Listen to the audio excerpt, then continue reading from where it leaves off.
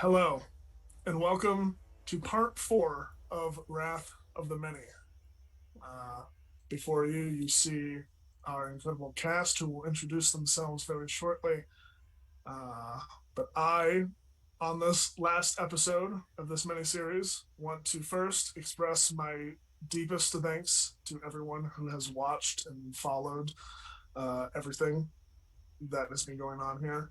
Um, Thank you for everyone who watches TPK in general. We love having you here. That being said, a quick announcement, uh, disclaimer, I should say, is that Wrath of the Many, if you have been watching previously, has a lot of dark content in it. Um, Elements of apocalypse, despair, destruction, death, gore. A lot of horror elements are in this multi shot and will be in this episode. So, once again, I want to ask all of you that if you are feeling uneasy about this content, to please step away and come back at a later time. We will be here when you return. That being said, let's go around one last time, introduce ourselves and our characters, starting with Chrissy. If I don't introduce myself, does that mean the game can't end? No, we will go on to the next player. Damn it. Okay. Hi guys, I'm Chrissy. I will be playing Mira Elm's Rest, our furball wizard. Next up.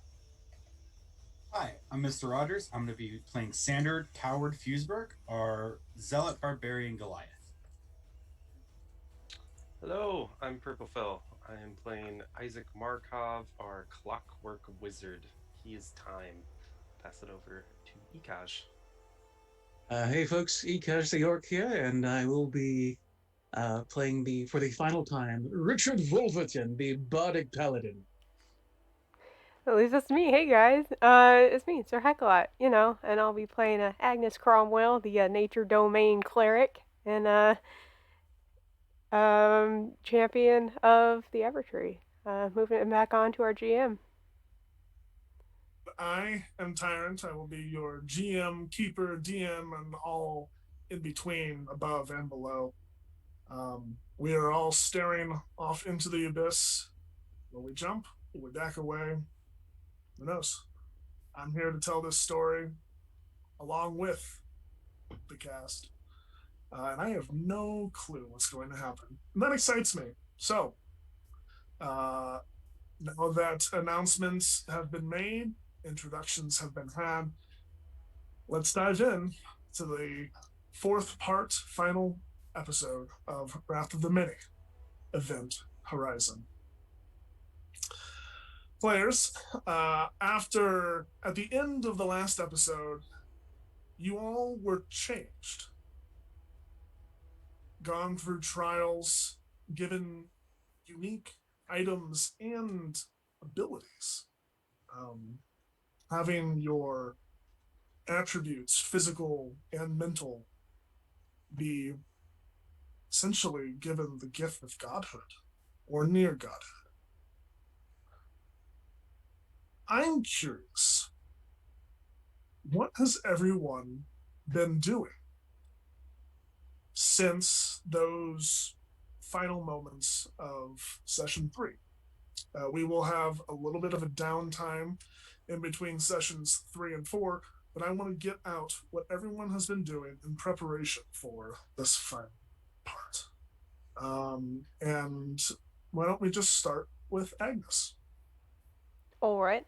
So with Agnes is pretty simple. She knows that her abilities are going to be best used supporting the people that know how to find knowledge about our enemies or what we're trying to stop.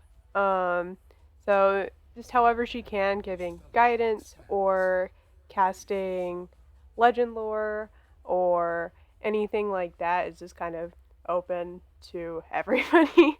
Other than that, and then also just checking in on everybody, like, you know, people showed their shame in this temple. Like that was a very large part of part three. So just like depending on whoever she's talking to or helping, just checking in, like, you good? You good, fam? That's about it. If anyone is feeling tumultuous in this moment, needs the caring, guiding hand of Agnes' kind words, you're more than welcome to say so.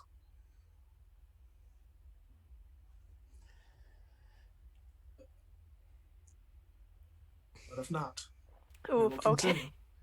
I mean, Sure. honestly, the reason that Richard went first with the whole share your shame thing is he's like, I don't have any shame and I don't want to hear my friend's shame, so I'm just gonna dip through.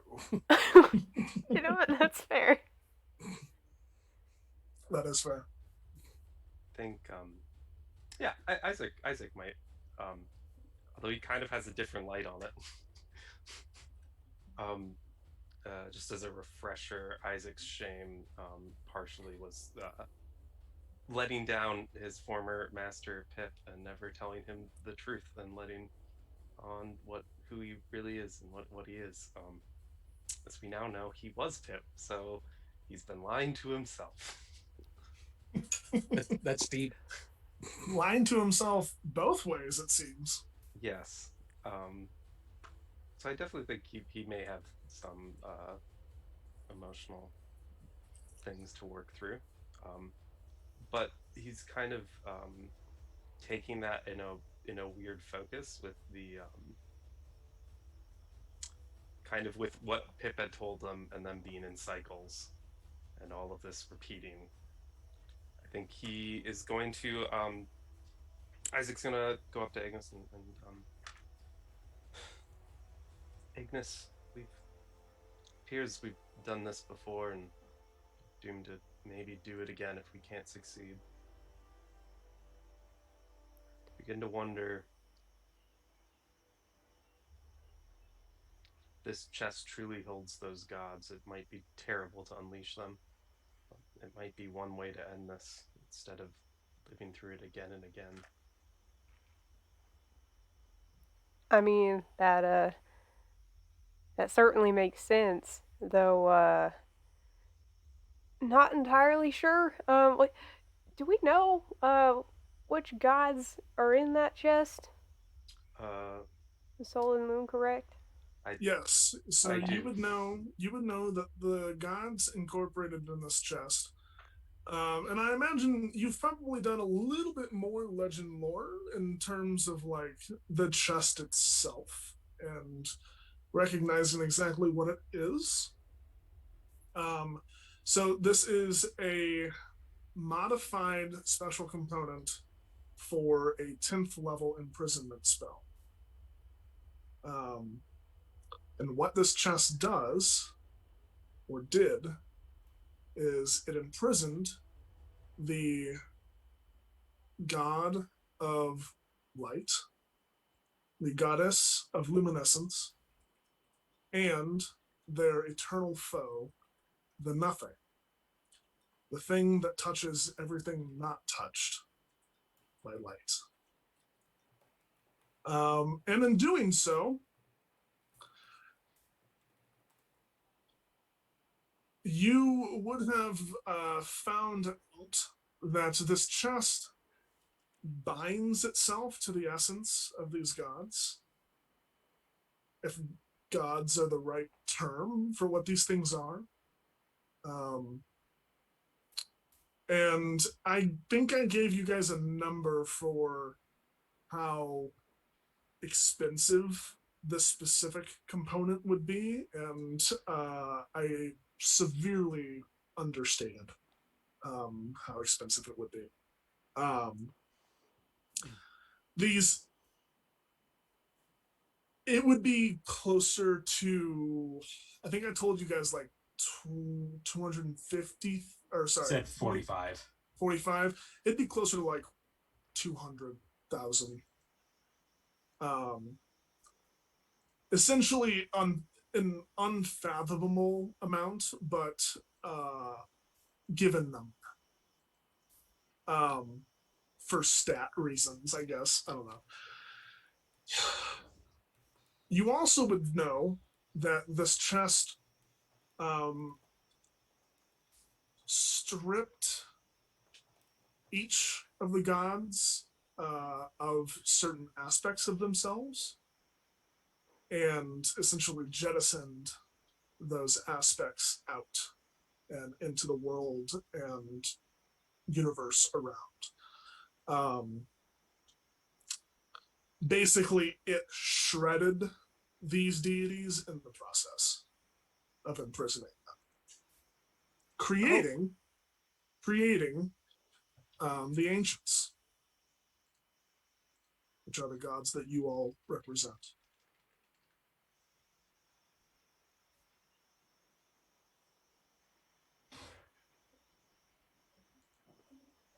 That certainly is rough. Yeah. The fire and brimstone kind of stuff that you read about. Goddamn.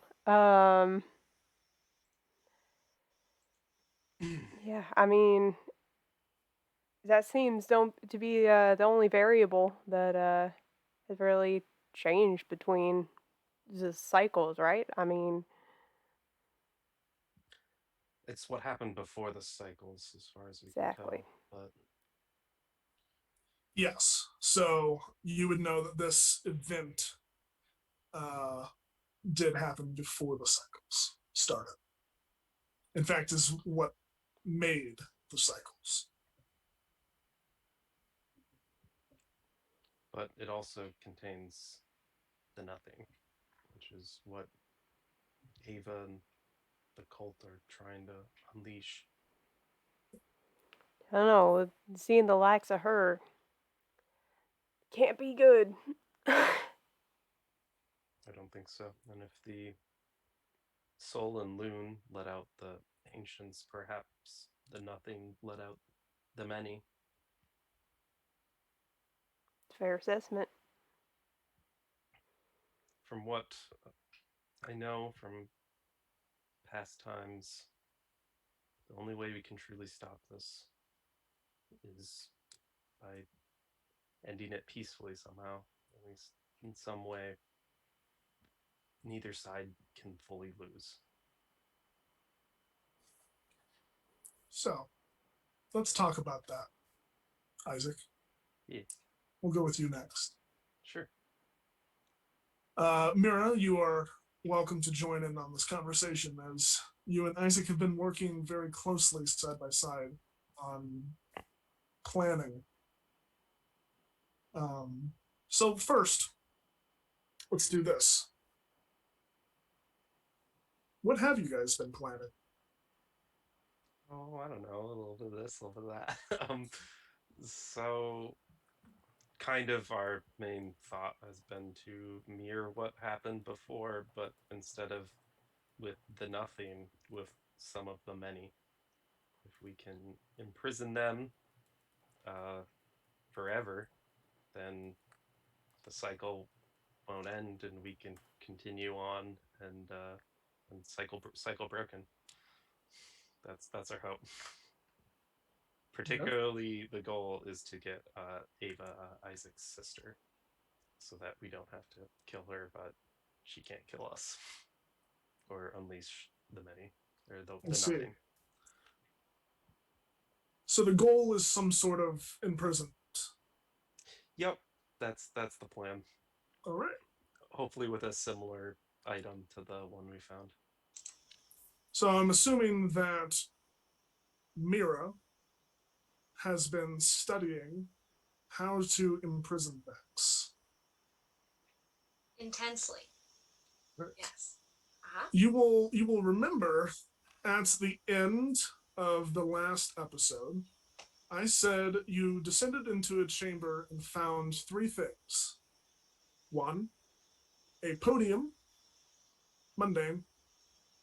Two, the chest, the prison that holds the three uh, elder gods,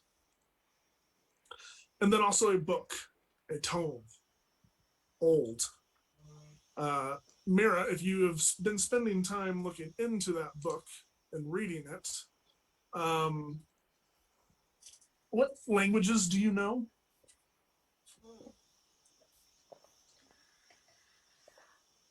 Common, deep speech, dwarvish, elvish, giant. Does anyone know Celestial? Yes. Ooh, It is Right. good. So these two uh, can they just taught me. help you decipher it, and eventually you'll be able to read it completely fine. This is a manual for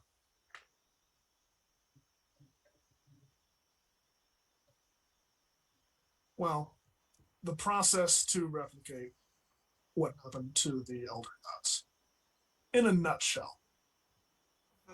At least how much? Give me an Arcana check, Mira.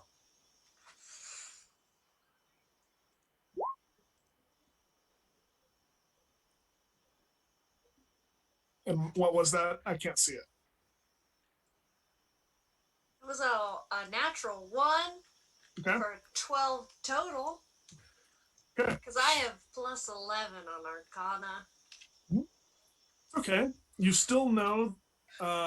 You have the sense that if you were to study this thing more intensely, there might be additional secrets locked inside. Not necessarily something that would help you in this instance. But this tome seems to speak more about breaking the limitations of conventional magic. Um, and in doing so, giving you access for now to, let's say, 10th level magic. For what that means. Okay. Does it talk about at all getting weird with time? Unfortunately, your intent being finding a way to trap gods, Sure. most of your time is spent doing that. If you had more time and this pressing issue wasn't as big of a problem, perhaps, but you're not sure. Can I just make sure I keep that tone? You absolutely may. Okay, perfect. You know, for when we play next time. Speaking of getting weird with time, you have the ability to do this. But Isaac, let's talk about your plan for finding the containment device. Yeah. So, in order to fulfill our, whatever you said, 2 million gold pieces worth of platinum, Uh, probably don't need you that much. you aren't sure how much it's going to take. The specific thing that you asked of me was, well, tell everyone what you did. So yeah, I'll tell everyone. You're, speaking of shame, um, okay, so What did you do, Isaac? Yeah. We're listening. um, I kind of want to RP it a little bit. So I think Isaac and Mira are kind of going over this, discussing what we need, um, and Isaac kind of thinking there. If we had more time, we could do this. I think I could I could make something like this if I had the materials and the time. And Another box. yeah, and then we could trap it. And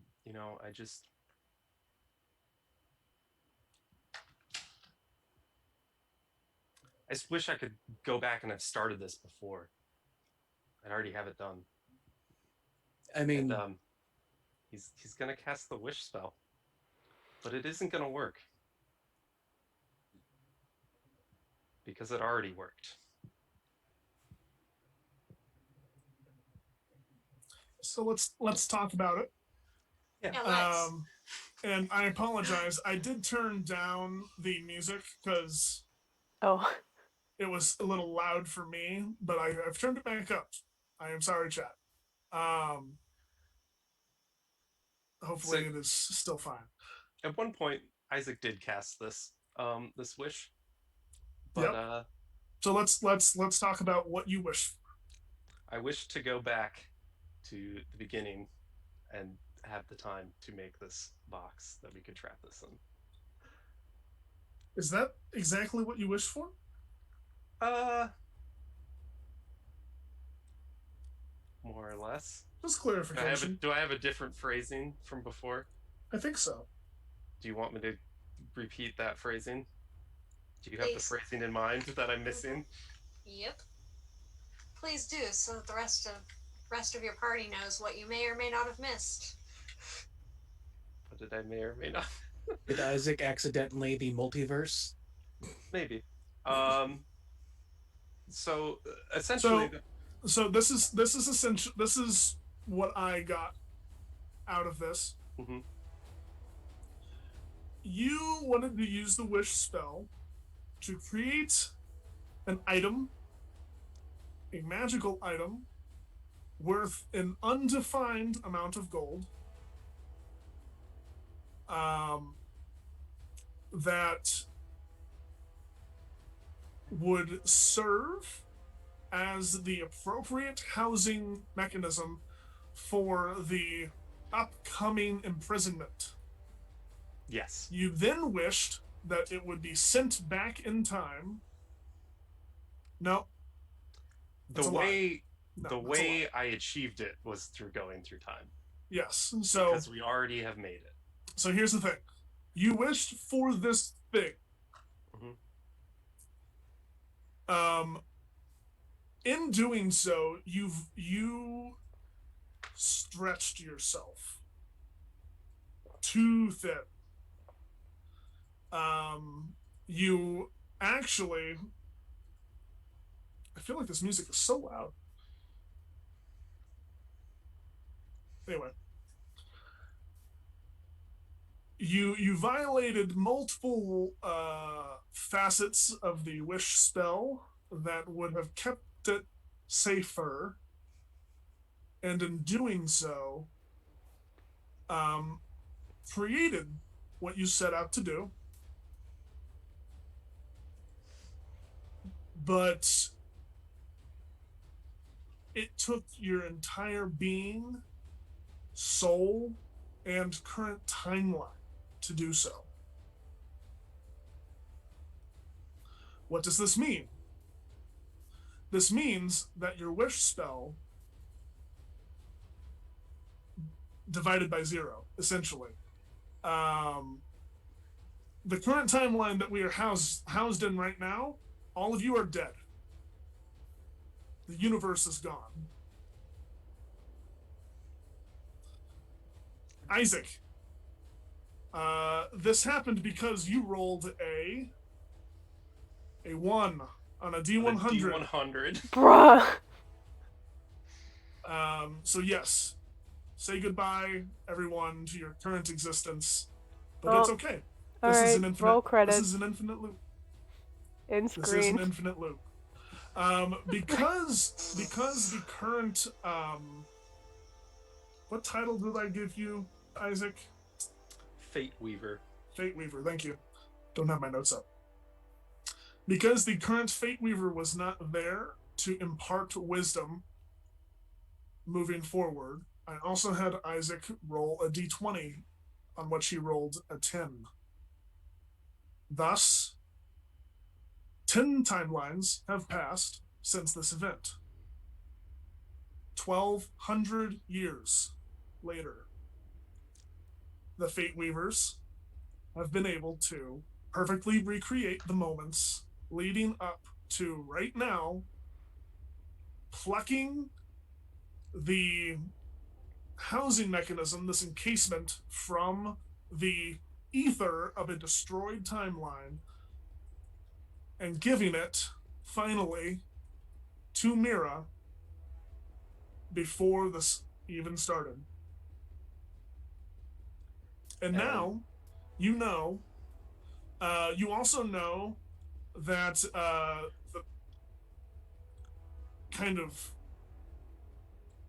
power needed to re-gift yourself the wish spell will take another 2,400 years to recuperate. So I also failed on my be able to cast Wish again. Yeah. So I can No, longer I'm sorry. cast. I'm sorry. It's been 600 years, and it's been 10 timelines. You need 20 more timelines. I need 20 more cycles, so yeah, twice as long as it's been. Yeah, so 600, 1,200 essentially. But none of that matters to any of the rest of you. But it's been a very long time for Isaac, who has had multiple cycles to impart wisdom down to himself from multiple reincarnations of Pip. And Isaac, with this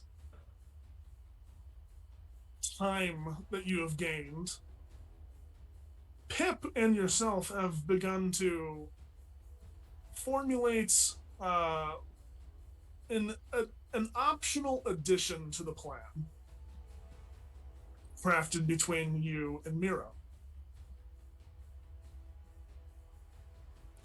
The addition being, well, I'll let you discuss that later. But for now, Ikaj or TJ, who would like to go first between the two of you? I think I would like to explain what the item is that we made. Yes, go ahead and do that. But we will get to you talking about the additions. Yeah, the additions we can get to later. But the item that we did make, that all of this wish and these timelines was made to make, was small in its current state. Platinum, much like the chest that held the other gods. It was in fact a small compass that Pip gave to Mira back in our first episode, telling her that it would always serve her and do good. So it turns out that item had a reduced spell cast on it in a somewhat permanent state, but it can be reversed, and it will become the large platinum chest-like object that we can use for an imprisonment. But instead of like the one that holds the gods, that has inlays of amethyst and ruby and sapphire and emerald and aquamarine, this one has a black pearl and a black pearl inlaid line that surrounds it.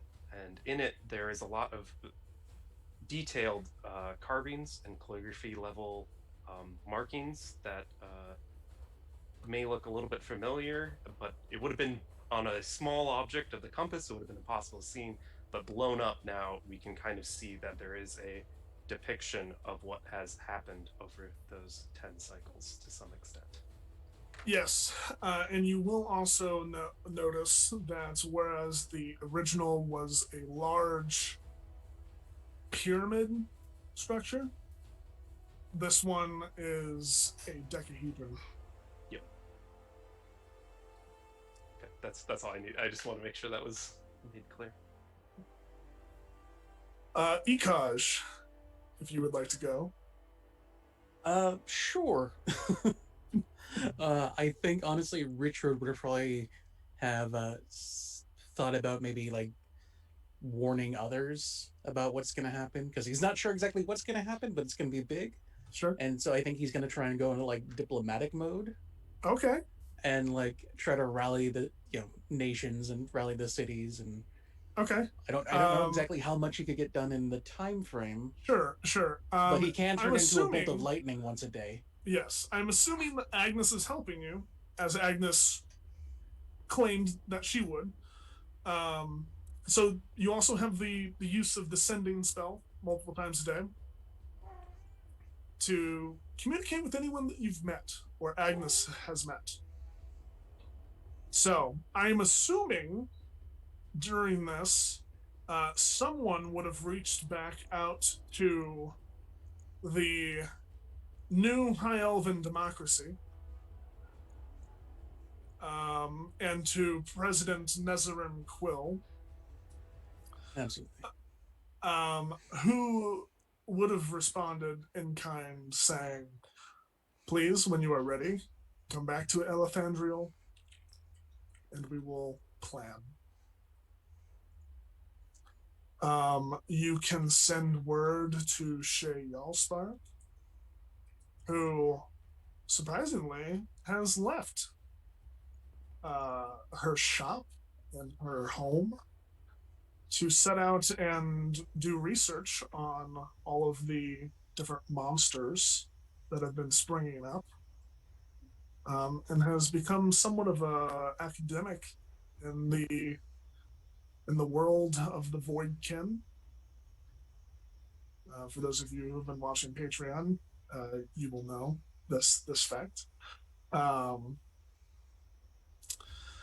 let's see, who else would you have met? You can reach back out to. There's the one port city that Yeah, we you helped. can reach back out to Gaul.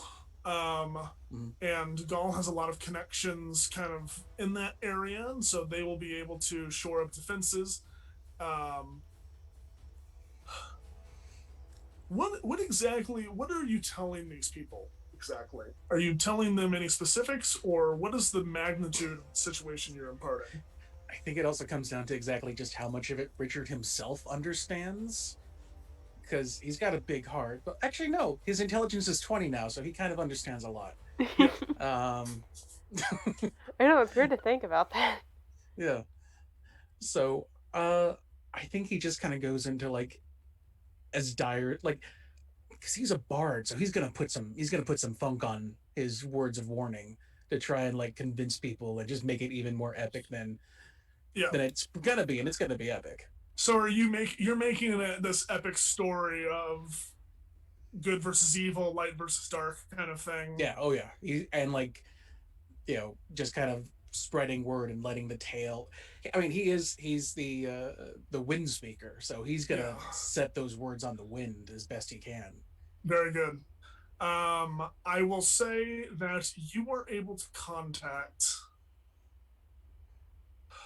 the major temples of each of the four ancient religions, and you are able to get them in a defensive position, essentially, to make sure that whatever is coming does not completely destroy civilization as you. And you also, they give you the assurance that aid will be had in the final moments of this battle, or during this battle, I should say. At some point, At some point. Not entirely sure when, but look aid to will come. look to the west. Look to the west.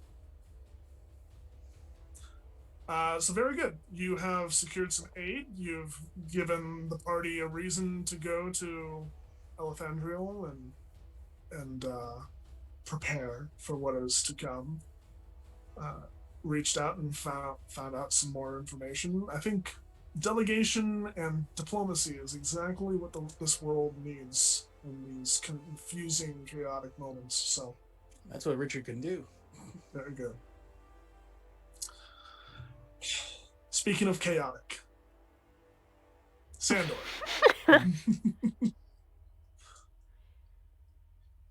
Let's talk. Let's talk about what you've been trying to accomplish here. Yeah.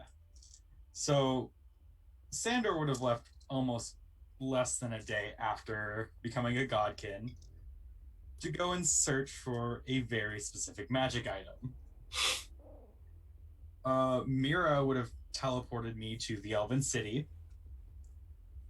and there he kind of sees the aftermath of the Elvens of everything and how, for lack of a better term, fucked up the place is now. Like the whole school of magic is just gone. And so But yes, the School of the Arcane in Alexandriel seems to have been magically translocated to a different place so in some sort of defensive effort. he was gonna do more research on the magic item. Came across an elf being harassed by some thugs named Lincoln, and helped him out. Lincoln, doing a good turn back, helped him find the book that he was looking for, essentially. Yep.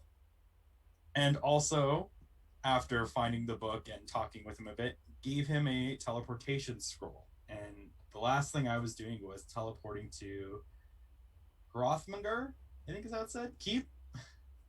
Yes. Hrothmanger. Oh, God, these HR sounds get me. Hrothmanger Keep. Mm-hmm. And which that's is where I was going. Yes. So you found in this library a book, Mm-hmm. a somewhat not a children's story necessarily. It's more like just Aesop's myths and fate kind of thing. Yeah, essentially. I'm going to read it real quick so that the audience has some context for multiple things that are about to happen. The Tale of Three Wishes by Jossie Bloom. Once upon a time, there was a young man who had nothing in the world. His family had abandoned him, his life ambitions had failed him, and he found himself in a deep well of sorrow. One day, this man was walking along a road when he happened upon an older woman sitting along the side. He approached and greeted the woman, who bade him sit. This woman was picking and threading fine lines of silk, her eyes cloudy but her voice stern. "You seem sad. How can I help you?" asked the old woman. "My life is worthless. I have no one and nothing," the man muttered, hanging his head. The woman nodded, her eyes showing care. A quick loop of her thread and a cut of a small dagger, a small golden ring, was produced. "Here, take this and go. May you know someone and something." The man looked down at this ring in shock, then back up to thank the woman, but she was gone. Time went by, but the man still did not know wealth or friendship.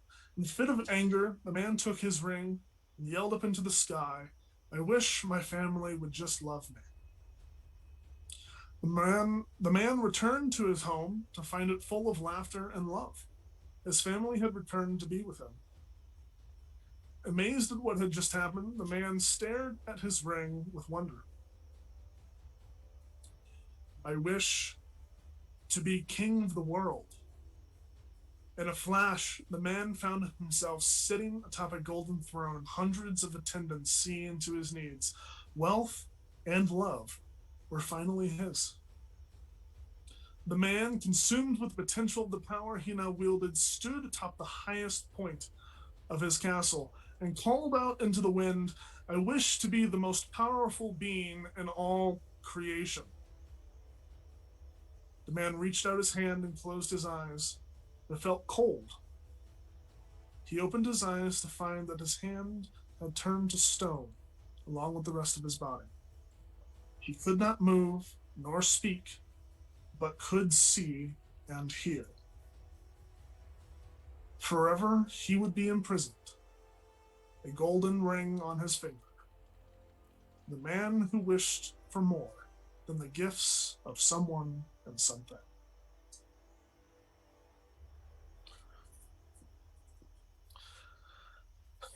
This cautionary tale, seemingly truth, is what Sandor found in the bowels of the Elethandril repository. Given some help by his new associate, Lincoln, he found a scroll of teleportation and teleported to the icy north to Hrothmanger Keep, where legend once said that a great empire swept across the land from this point and conquered all of the world. As you step out of this portal that you have created, you find yourself in the middle of a mild blizzard. It is not so bad that you can't see around you, but it is a furious snowstorm. You stand amidst the ruins of whatever this was, this place. You look up and you see the Grand Castle, very immaculate in design, seemingly flawless. Like man had not created this. You continue forward towards this castle, and you find yourself being drawn to a statue that sits on a precipice overlooking the land before it. A finger and hand outstretched.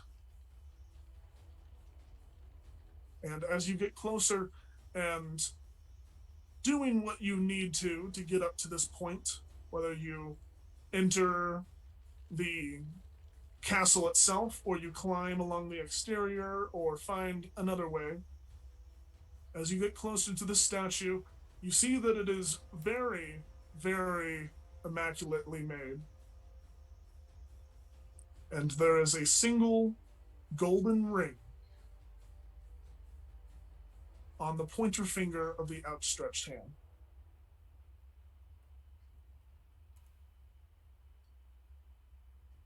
He's just gonna try to at first just take it off normally. It comes off. And as the ring comes off of the finger, you watch as stone becomes flesh and life re-enters the lungs of what you assume to be the man in the story, nameless, but here in flesh, in person. He turns to look at you with tired eyes. Young, well kept, well manicured, but you sense an old energy to him. He looks at you and he says, You wish to take the ring? I do.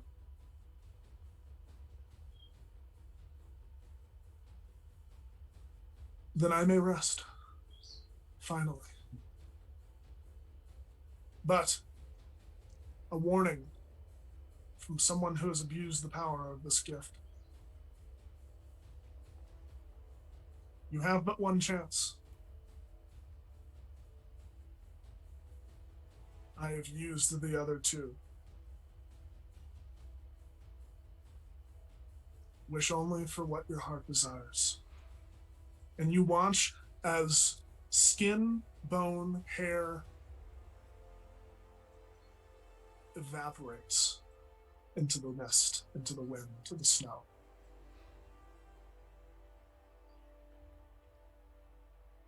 The man is gone. You now have in your possession a ring of one wish.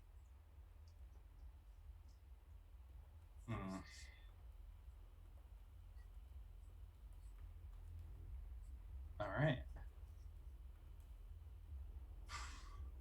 I will let you ruminate on what you want to do with that, as I am sure your plans have changed. As you hoof it. Yeah. Yeah. Okay. Sandor, thankfully, the frozen north is not too far away from where you have found yourself, in this temple, the Temple of Saloon. You travel through dense blizzard the entire time, but you being a Goliath, I'm sure that does nothing to you. You feel right at home. You travel, travel, and travel, and eventually find your way back up to the temple. And all of you rejoin each other. You are now 2 weeks in to this downtime.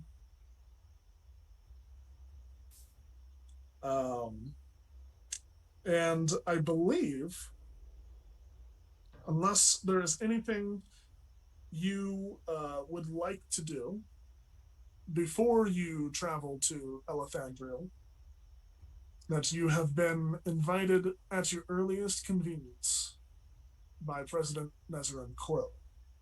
So, let me know if there's anything else you would like to do before. I'm assuming Chrissy will teleport you there, possibly. Mm-hmm. If not, we can also tree stride. Either one.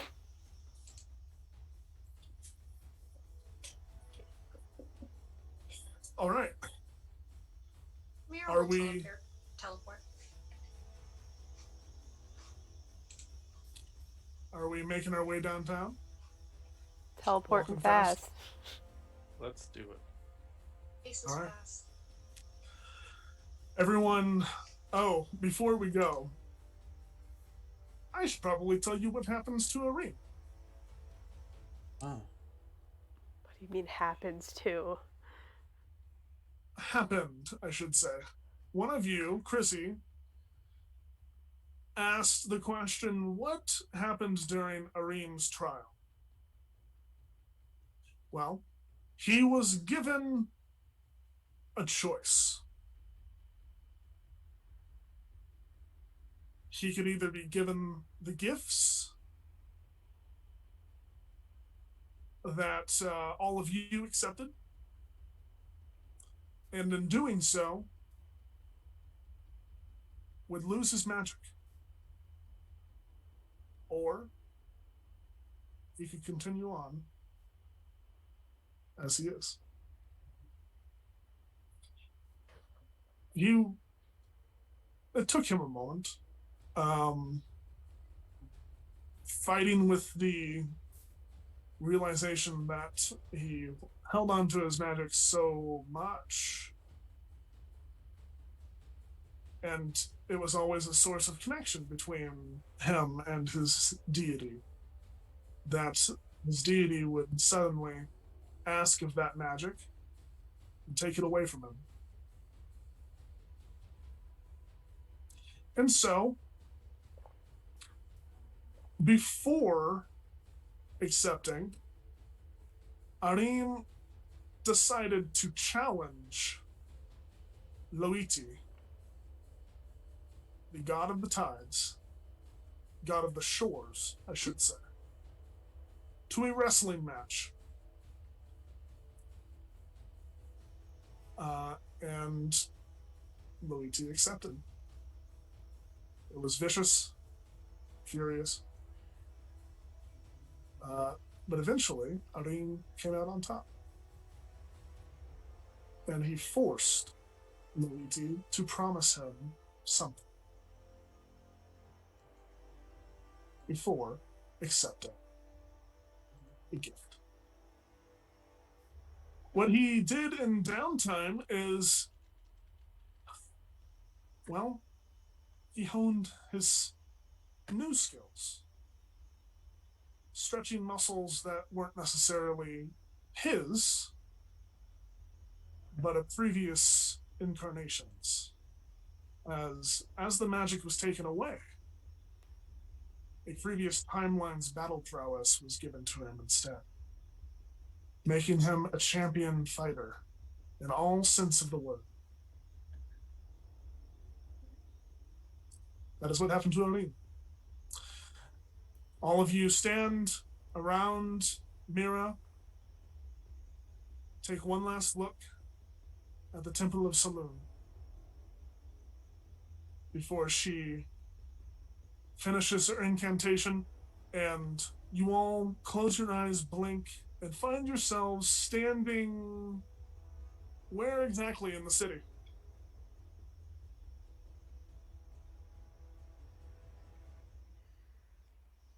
Okay, so I would have probably assumed we would have went to what I know as the like higher Truly, this is upper class. I don't know.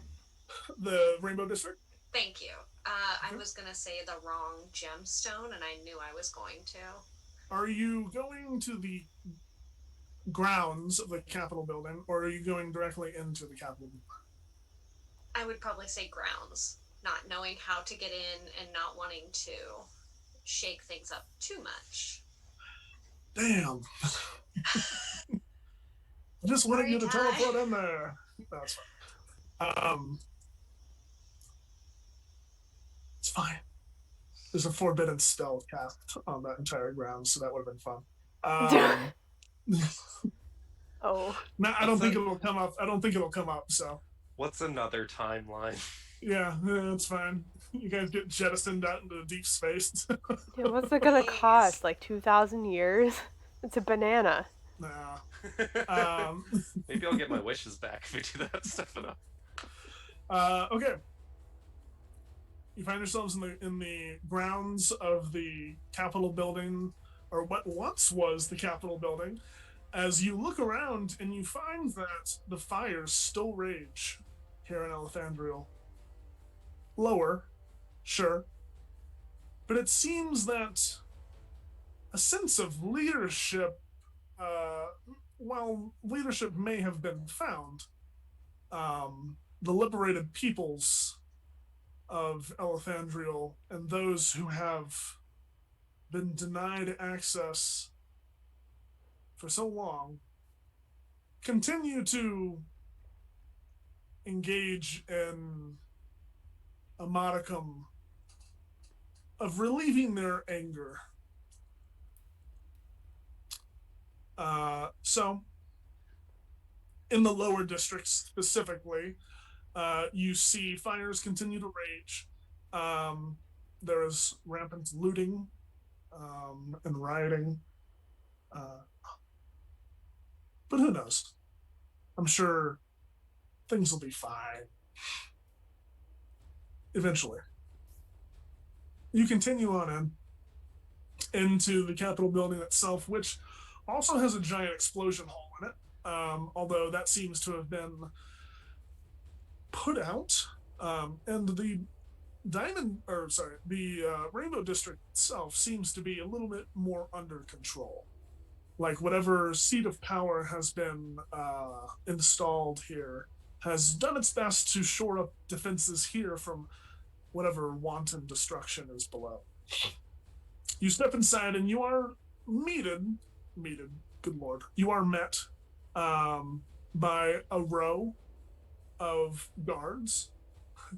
Although guards, less so in appearance than name, it seems very ragtag, and you do notice that some of these people, further on in the chamber where the rank seems to climb, are people that you freed from the prisons down below. There is no semblance of uniform, not necessarily, but they do seem appreciative that you are here. And as you continue walking, you see seated in what once was the Grand Chancellor's chair of the High Elven Republic is a. It's hard to tell Elven age, but he's not young, he's not old. But there is a sternness, a hardness to his facial expressions and appearance. I believe, Isaac, you would recognize this person as the person that you let out of prison, and gave that crossbow. Again, thank you, Mr. Saito. Um,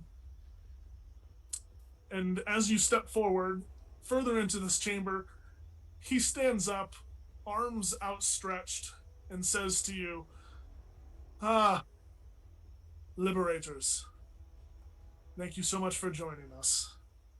I hear we have a god problem on our hands." You could say that again. You know, it's funny, really, that this is what we would be discussing and dealing with so quickly after disposing of the assholes that came before. They didn't believe in the gods.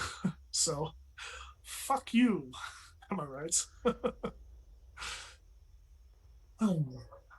Anyway, one way to put it. I mean, listen, it's been a long couple of weeks here in Elethandriel. Those who were in power before us have been tried and put in prison. Um, and we are doing what we can to restore some semblance of peace and hope here, but we have a god problem. So, first things first, what do we know and what can we do?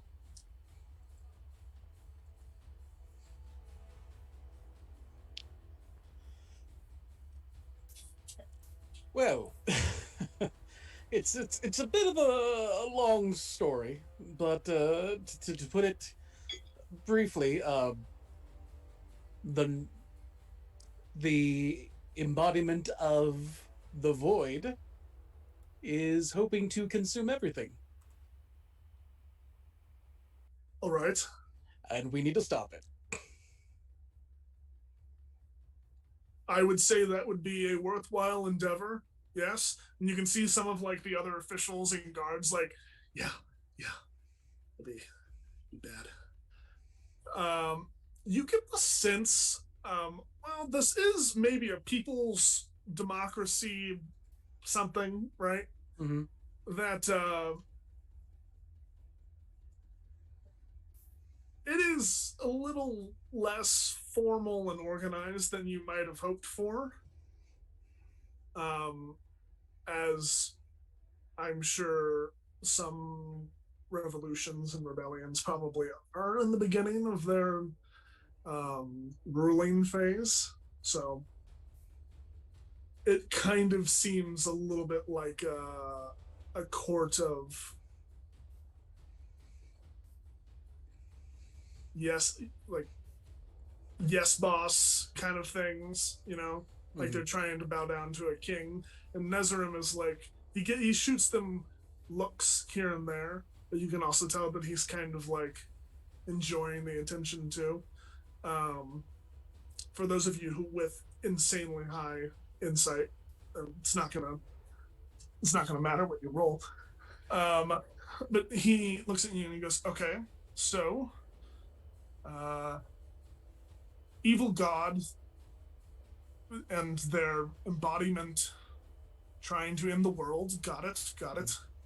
What can we do?"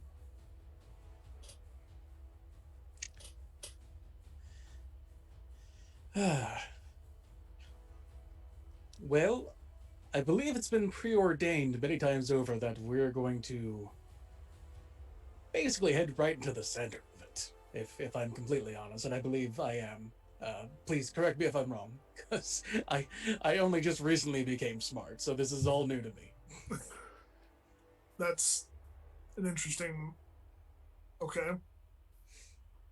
But yeah, there's going to be just a full-on destruction derby of us versus evil, uh, possibly pouring into the realm itself.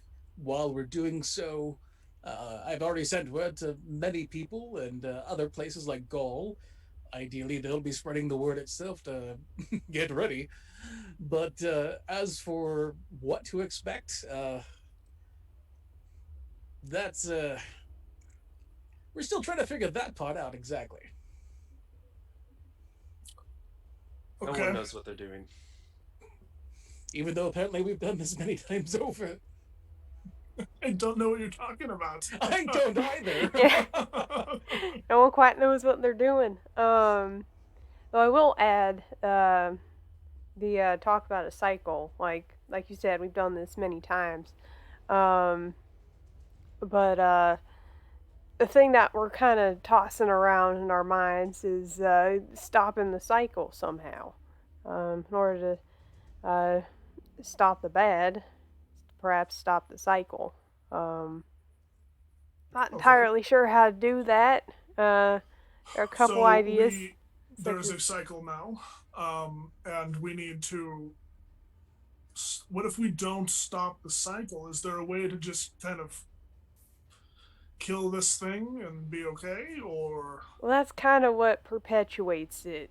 The cycle always ends in either one side completely winning or the other side completely winning. So, kind of how this works is neither side can have a definitive win. And so the thing that we were thinking about was imprisoning this thing somehow, and my more arcanely focused friends can probably expound upon that some more. But that's kind of what we've been thinking of. okay, okay. Well, as you can tell, we know prison pretty well, so we get it. Yeah, that you do. I apologize. Well, it's fine. It's fine. We're out now, thanks to you. Uh, so the arcanely gifted ones of you, is there a plan for imprisoning this thing?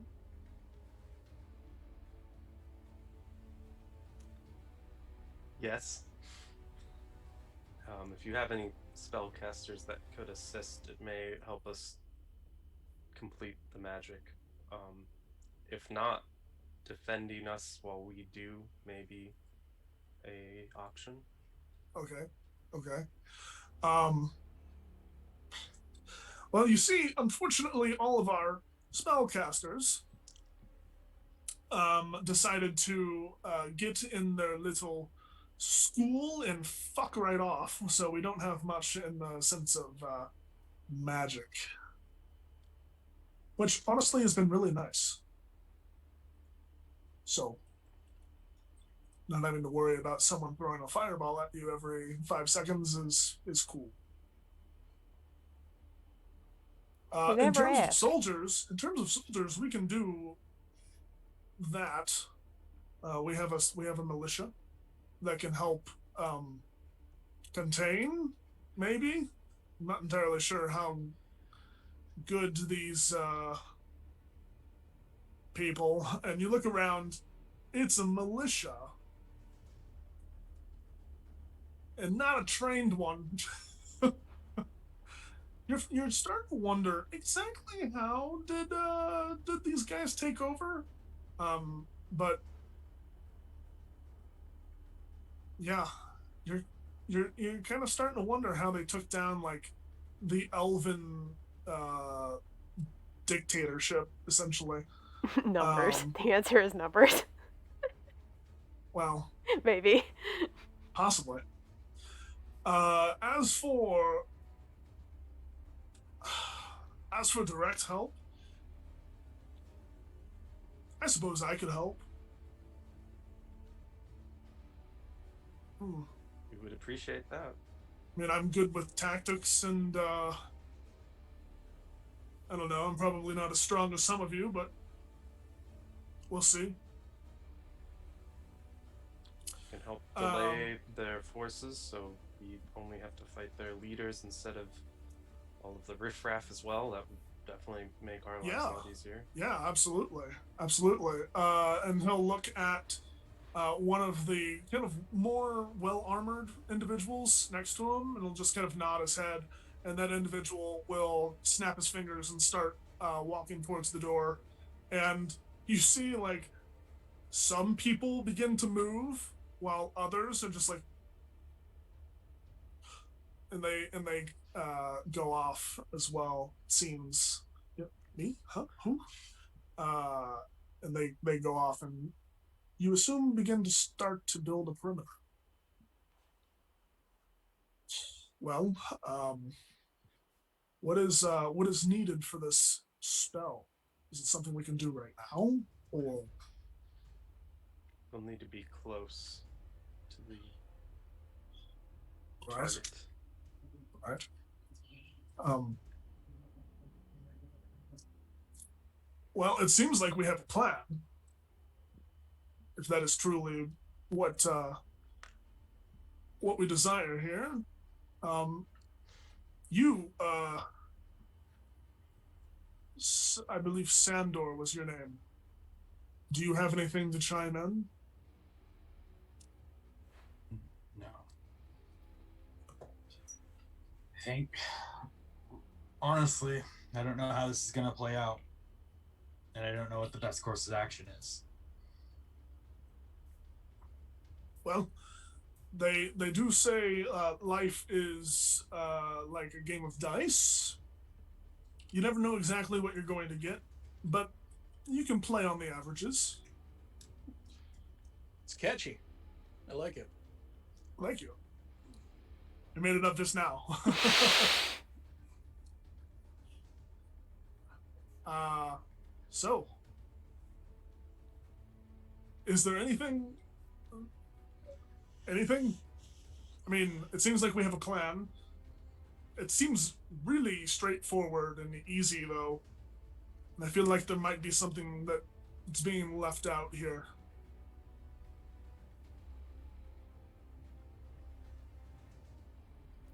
Can I Well, do like an insight check to think about what? yeah, it's like, what did we forget? I don't know. I mean, insight check you can make, but this kind of raven moment is directed towards purple. Oh, Oh, sorry. What was it? Sorry, I missed it. Just if there's anything else that needs to be talked about for this spell.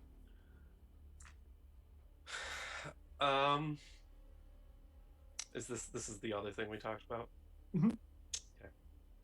I figured get it out now I'll instead think of about last it. moment, right? Um, Unless you'd like to keep it to yourself, that's totally fine. no, I'll explain.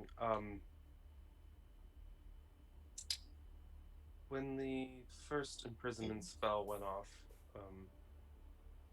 there were the original gods, Sol and Loon, had to imprison themselves in with the nothing. A similar balance must be done as well. So someone's got to go in the box. Not yes, but more than necessarily just someone. We have maybe a couple of options.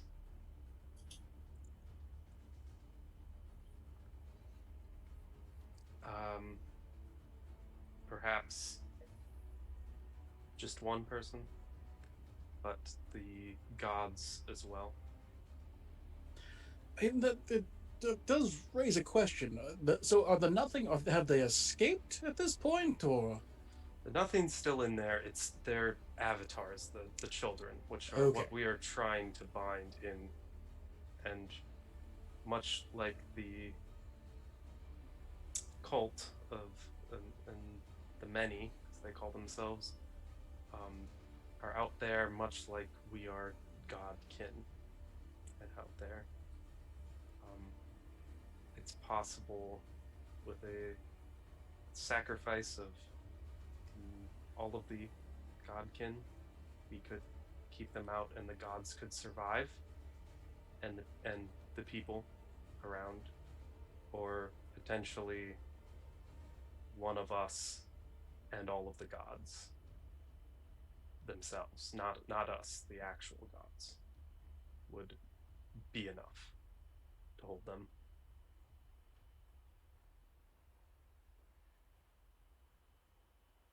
Okay then. I don't think I can make the choice fully on my own. Oh no, I'll go in the box. That's what I set out to do at the beginning. I was a god captain, for God's sake. I was meant to lay down my life. So, if this is the choice, then my choice has already been made.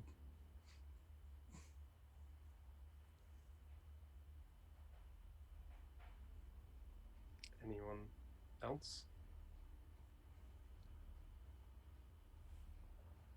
I mean, I talked about my trial with the After Tree.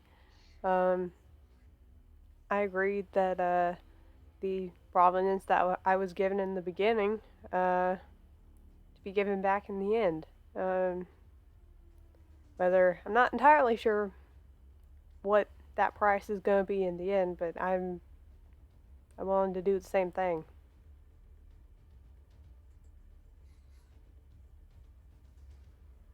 Whatever's necessary.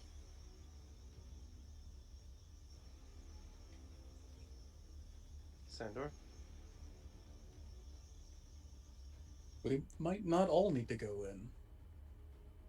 The option is one and all of the gods, or all of us and none of the gods.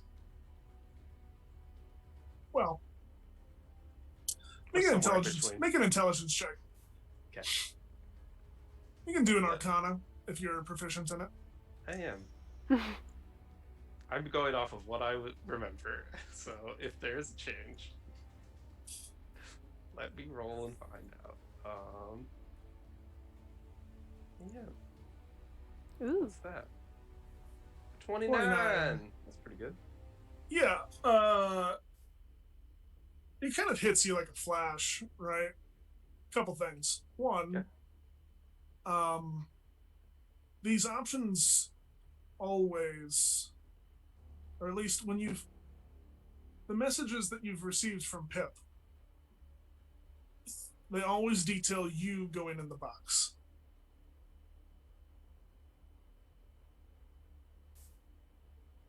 As for the rest, it has been discussed essences versus physical with essence, or not without essence, I should say. Hold on. No, I need to clarify this. Okay. So that you know exactly what you're doing with this decision. With the 29, you would know.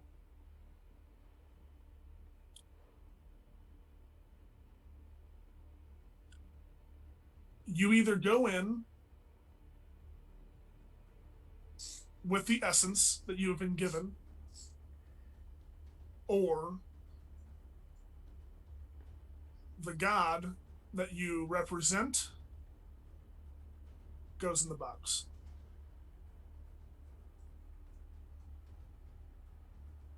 It is interchangeable for each person. That's And what that I is did what not know. that is what that 29 gives you. So, we either need to sacrifice one of each of us or our gods that we represent. I have no choice in the matter. Although there is actually a third choice, but I dare not speak it. No reason to hold back now, old friend. We and our gods can all live. But just that. Everyone else goes in the box. Everyone. That's a no. That won't do. I didn't want to speak it, and I figured you would want to choose it, but Essentially, that option is another creation event. Start over. new gods, new world. Who dis? But we would all get to live.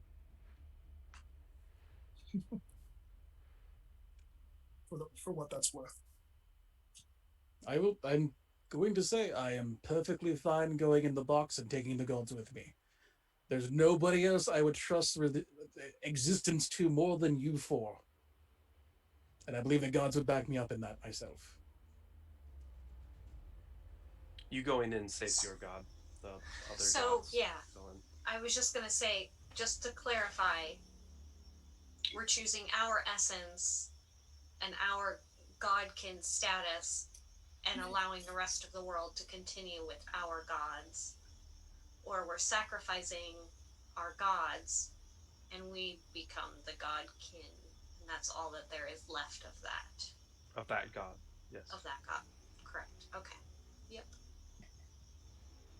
And to be clear, and you with that Arcana check, Isaac, this becomes very clear to you. Everyone else has the option. You do not.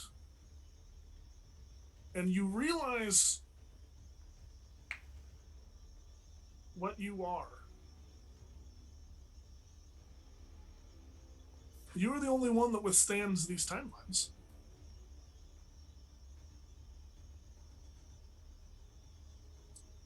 I'm the loop.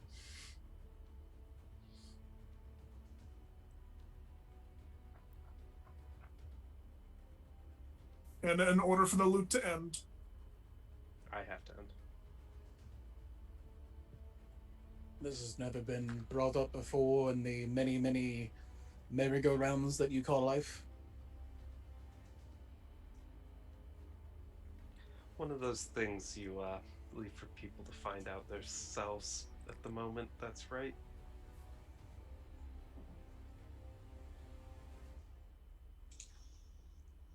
In a way, Pip told me, but kind of didn't really understand it at the time.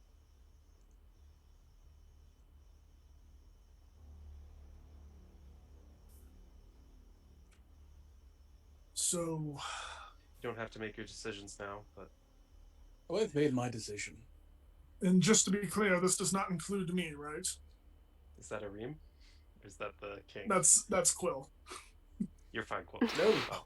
Long may he reign. Arim, what is your thoughts?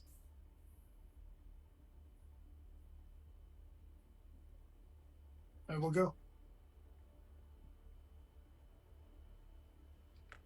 Well, I don't know that your decisions need to be made now, but if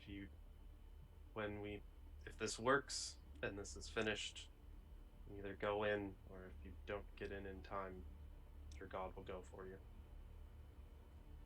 I'm not sure they will have a choice.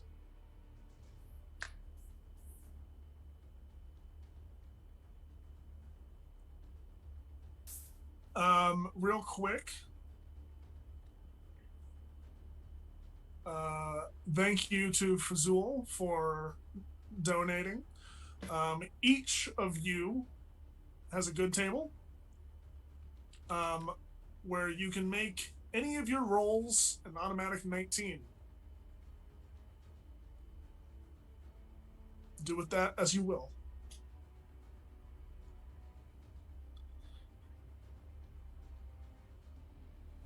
$19 the base roll. You add your modifier to it. Yeah.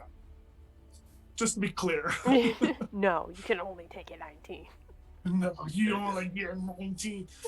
But yeah. Should have took those 3 levers and fighters so I could auto crit. Okay. So,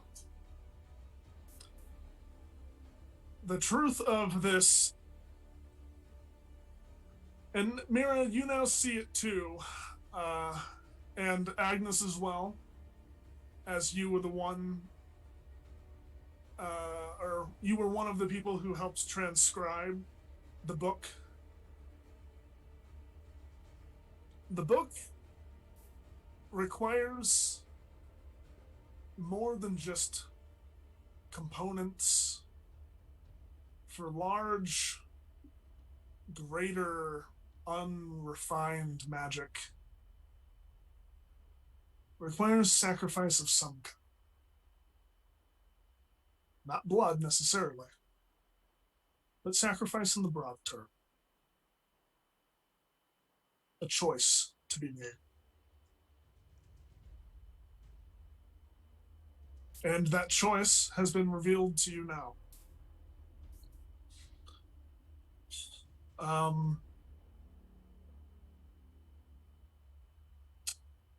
As you sit and ruminate on what you have just discovered, you hear in the distance the sound of a horn, deep and bassy. And then another, closer. And then one very loud above you. Quill looks up and looks down at you and says, "We may not have as much time as we thought." As the doors of the Capitol building are blown inward, and in steps a silver platinum plated figure with a dark cowl surrounded by misty shadow, alone. Ada Markov, champion of the void.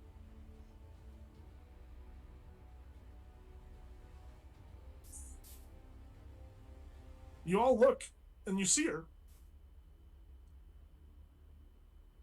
Something's different. You don't see the innocence, the feeling of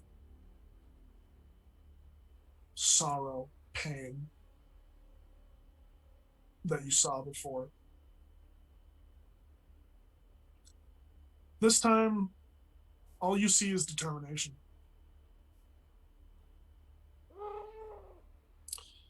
As she reaches out, and you see a silver thread appear near the doorway. And she pulls on it, and it snaps. And for those of you who are magically inclined, you feel a large, massive wave of energy just disperse as forbiddance has been dispelled.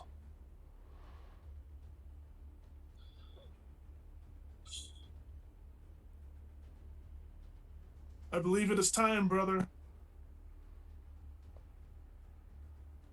Are you ready?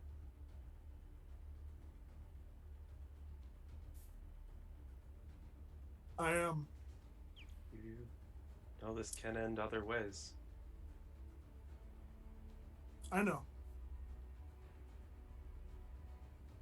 Pip has told me much. Have I? Not you. Not yet. Fair.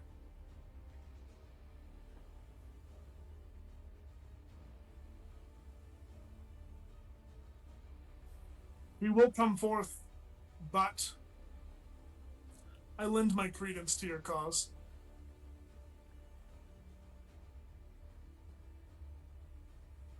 You do? Follow me. What's happening right now? Really? She turns, and in the place of the doorway, she begins to cast a spell. If anyone would like to try to counterspell her in this moment. Can I Chrissy, have a vibe checker? looking at Chrissy. Who asked that? Was that you, Yukash, that Yeah. wanted the vibe check? What's your passive insight? Oh, 18. Okay, we'll go with your 20. She seems determined in a way that, like, a zealot knows something is about to happen. She doesn't necessarily feel hostile towards you, though. So, Mira, while Chrissy, the player, absolutely wants to counterspell that, Mira would glance to Isaac, knowing that this is what they had to do, and would not cast counterspell. Right. But I thought about it. Yeah. I can see it on your face, so I wanted to give you the chance. She turns and looks in the opening of the door that was just blown open, and you can see she kind of traces a line, and as her finger goes down the doorway, a silvery line appears. And you watch as she takes her hands and she tears the fabric of reality, opening a gate through time and space. Follow. And she steps through the portal. I knew that would come. This is where the end lies. So we're all going through. My question exactly. Oh. Do you all still want my help? Hold down the fort. As he's asking that, Sandor's already walking towards the portal and out. Yeah, even I don't really know what that does. So yeah, definitely what Richard said. Hold down the fort. Well, you do as you see. Agnes, make a persuasion check. Okay. Oh no. Me, I only have +5 to persuasion. I mean, would it be me? Because I said first. 14. I'll let you make one too. All right. That's a 32. Yeah, My God, +17 to persuasion. That's insane. He kind of looks squirrelish for a second, then takes a breath. No. No. I walk over to him. I put my hands on his shoulders, very much like I did to the captain of the guard, or the co-captain of the guard before we left town originally. And I said, you can protect these people, and these people can protect you. You've got this. Saying the exact same thing I said before we started out on this journey.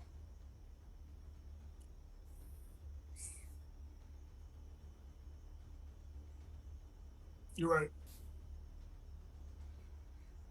And it is in this moment that you can start to hear sound in the distance. And for those of you who peek past the portal and out towards the city itself, you see destruction. Monsters of all shapes and sizes, all inky black. An army of Voidkin has descended upon Elefandriel. And as you say this, he looks past.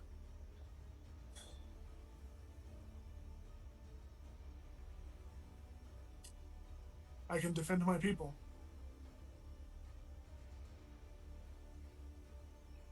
And he walks out to go join the fray. And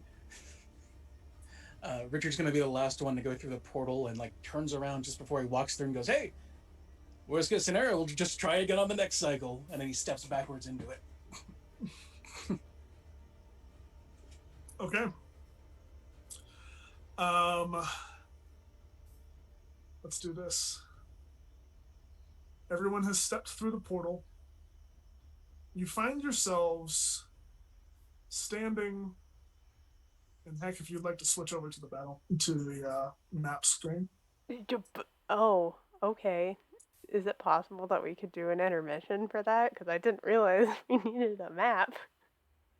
Oh. I did not set up the cameras for that. We will here in a second.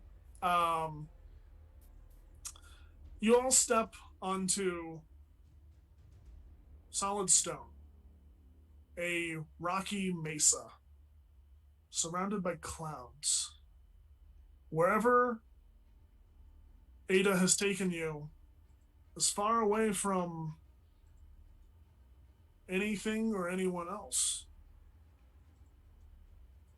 There she stands, all of you in a semicircle, looking towards her, with her back against a rock.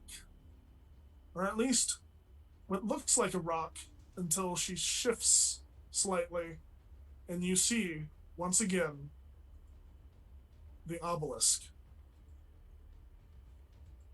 But this time, there is no light. She looks towards all of you. She says, "This has to happen. The cycle does not need to continue.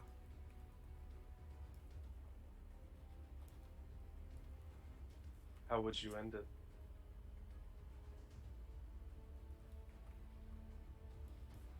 Your plan is good.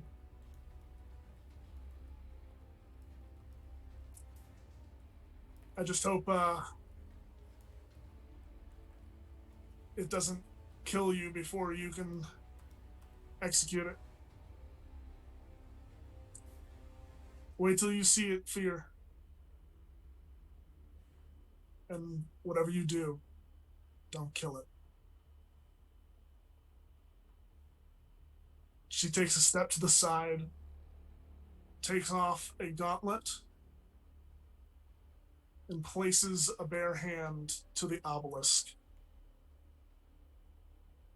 where silvery, shimmering lines begin to appear, shooting up the obelisk, coalescing at the top, and shooting up into the sky, where silence. And then a tear, a shift in reality itself, as a portal is opened and something is summoned. That's where we're going to take our break. Come back in 5 to 10 minutes as we set up battle map and such, and get water and go to the bathroom if we need to. Join us for the final battle and the outcome of whatever plan is about to transpire. We'll see you soon. Welcome to the final battle. Anyone else nervous? I'm kind of nervous. I'm Let's just very get that out of nervous. the way. Only Not even a little extremely. bit. Let's I know I don't need to pee, but like I have like the nervous like I gotta pee. As Ada outstretches her hand and puts it on the obelisk, and the silvery lines shoot up towards the tip and then out towards the sky, you watch as her body begins to dissolve and also be shunted into this space. She looks back towards you, Isaac.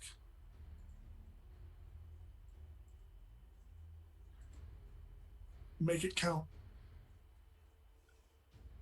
And enters the obelisk before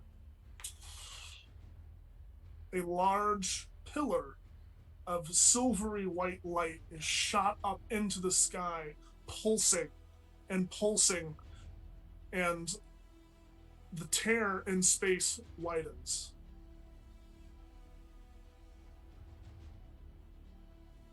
You look up and you see a void,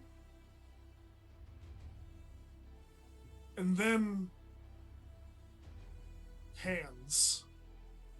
Long, spiny kind of twitching fingers reaching down, attached to bony, slimy black arms. The size of which is difficult to gauge in this moment, but they are massive. And they begin to reach down towards you all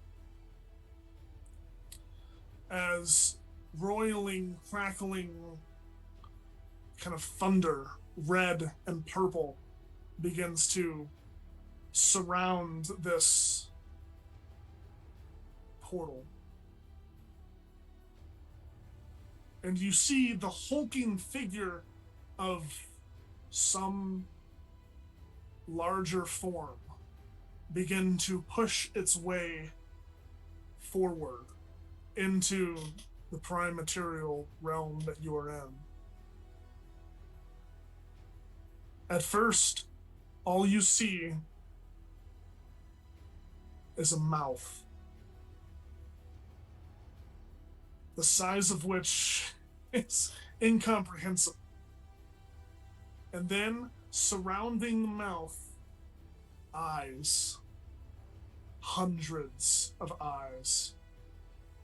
Some of them small, some a little bit bigger, but you see 8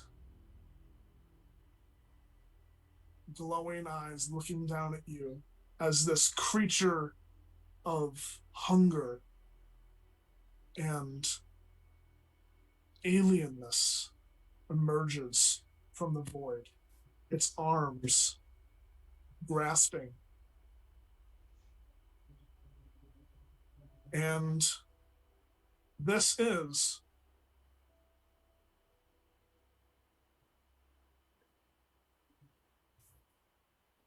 the many.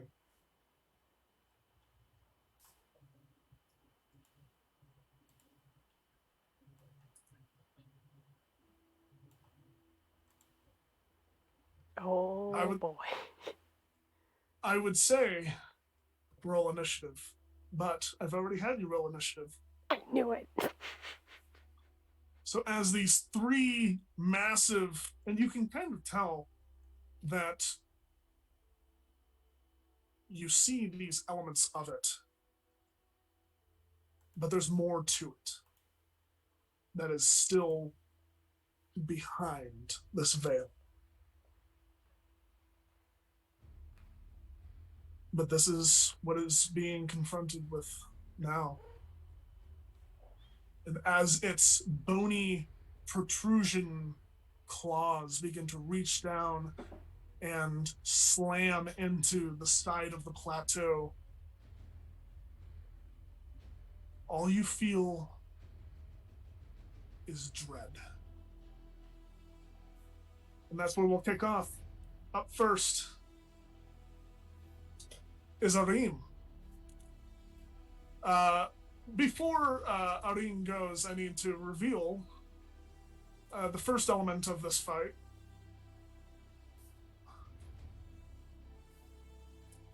Its massive, bony claws and arms reaching down and slamming into the side of this plateau. Arim is going to run up and slam into the side of one of these hands. And he's going to...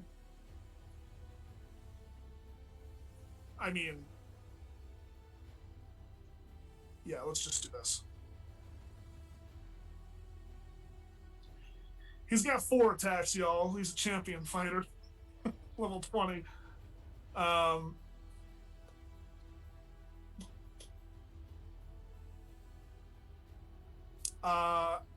4 hits.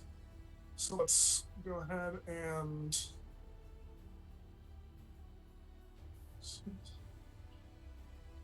oh, well, probably should have... I'll double that. So 52. Holy shit, math.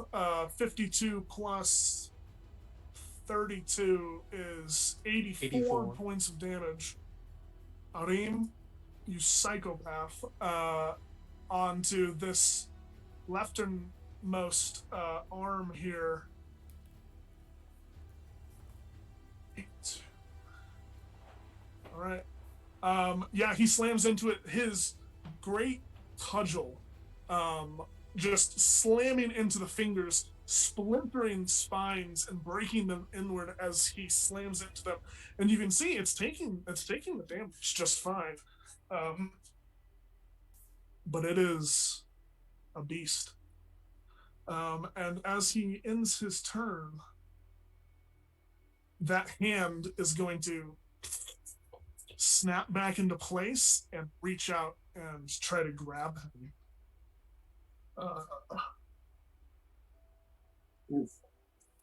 For a 29 to hit.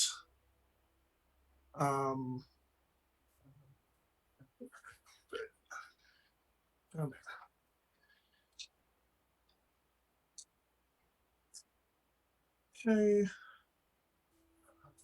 Aline takes 26 points of damage. Low roll. 6. As this thing just grabs him and squeezes him. And he is grappled. And it starts to lift him. It starts to pull him upward.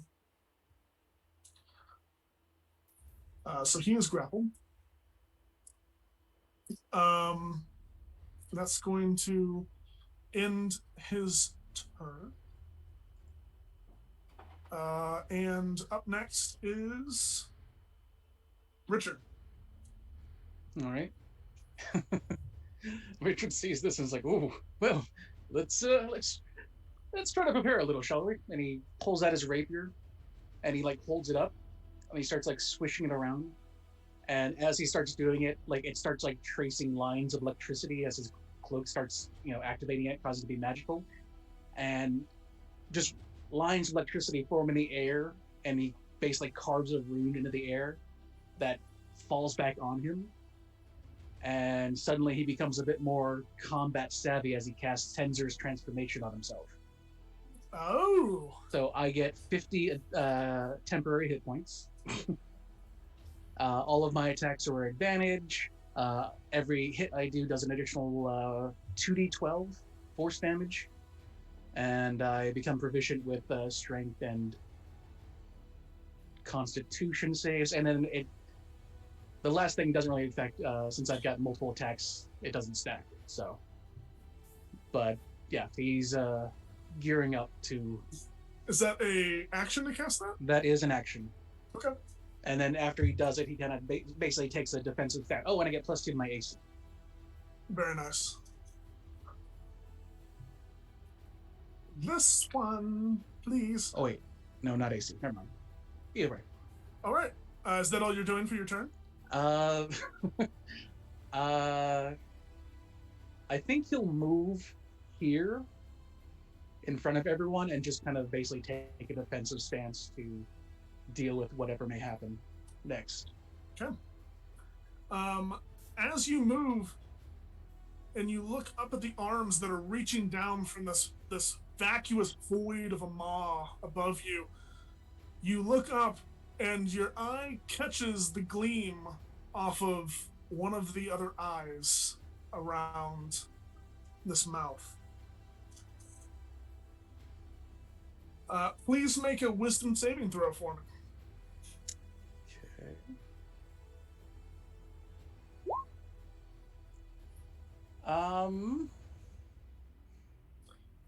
You know what? Is it too late to use my 19? No, you can definitely use your 19. Yeah, because that's a natural 1. So, yeah, I think I'm gonna use my 19 right off the bat. Here we go.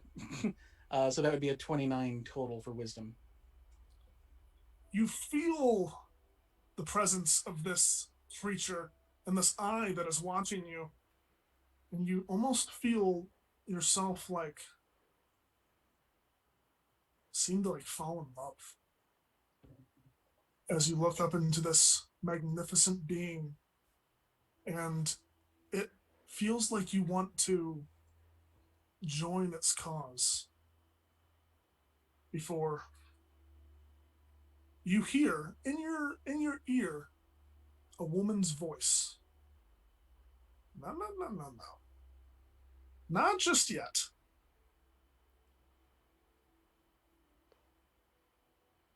You are not charmed. At the end of Voice in your head, Richard, Z snap. No, you ain't charmed. Isaac, you are up.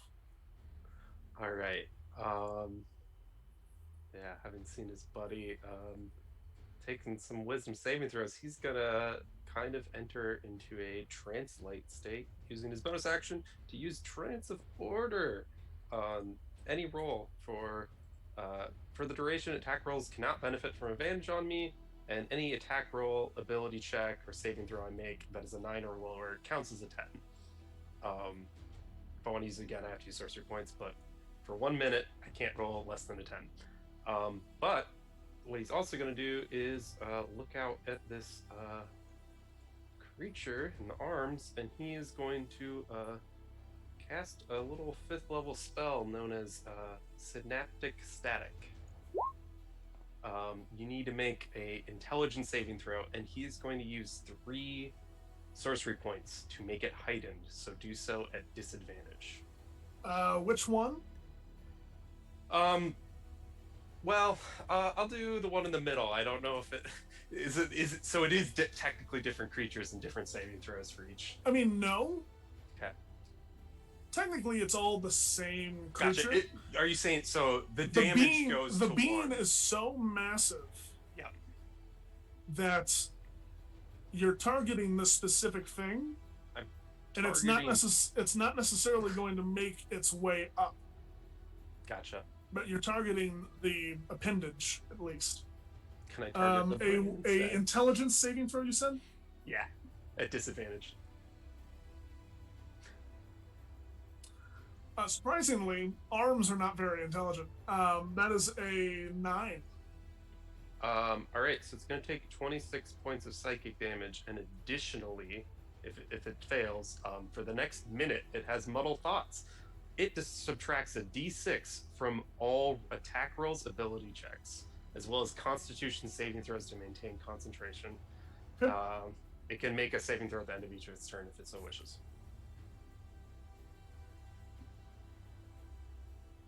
Okay. At the end of your turn, are you moving? He'll do a little movie move. Just that arm is going to use the legendary action to move up to Richard.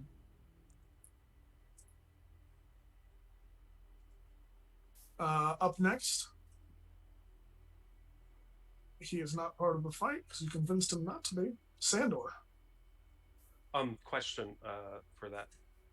Is that going to be, if you want me to remind you about that D6 on attack rolls, I can. Is it just for the one that I targeted, or would it be for everything?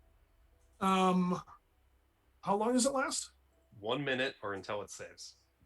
Oh, it saves at the end of every... At the end of its turn, it can make a save. Okay. It will affect...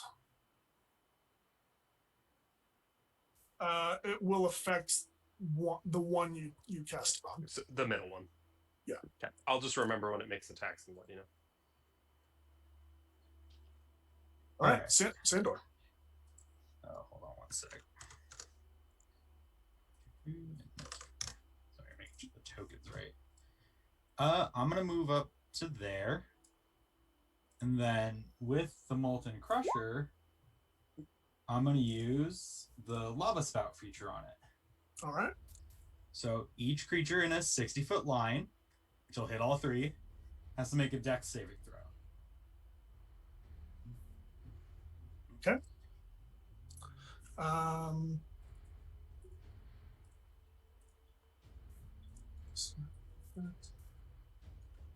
That is a 17. A 17?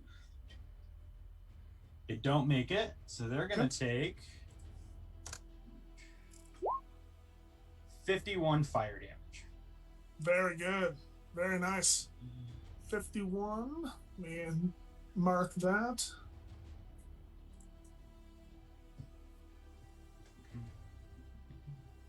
Okay. And then bonus action, gonna go into my rage.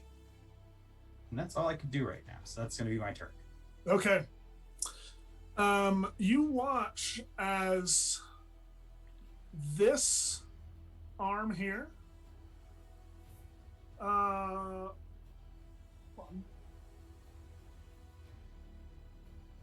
wait a minute. Okay, never mind. Never mind. I lied. Okay. That was that. You rage, Sandor. As you kind of swung the hammer down to do a lava spout, you also kind of looked up into the sky and saw another eye gleam at you. Did that? I don't know why I keep rolling the same freaking number. All right. I need you to make a wisdom saving throw.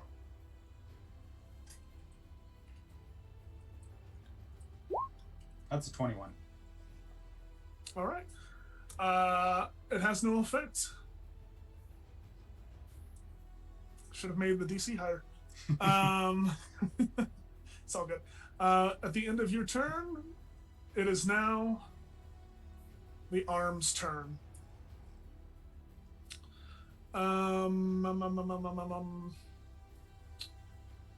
Each arm is going to make an attack.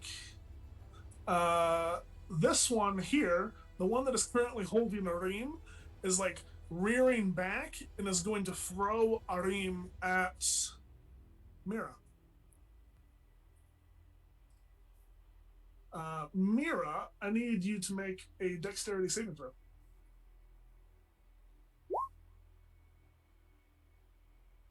16 total. 16. Okay. That is not going to make it. So I need to roll damage.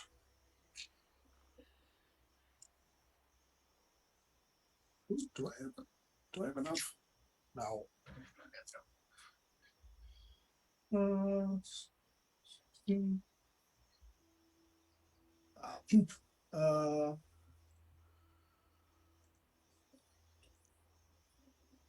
Mira, you take 32 points of bludgeoning damage, and you are knocked prone. Can reduce that with some d8s if you would like.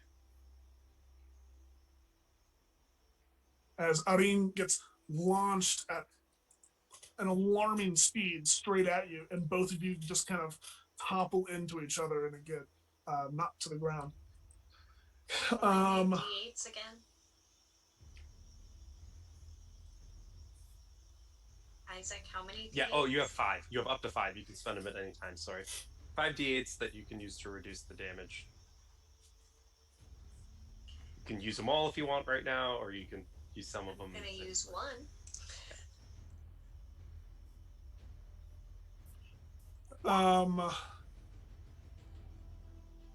So I believe that brings it down to 29. Okay. The middle one is going to attempt to grasp at you, Richard. Mm-hmm. That is going to be a minus a d6. Thank you. D6. 20 is probably a high number, so 22.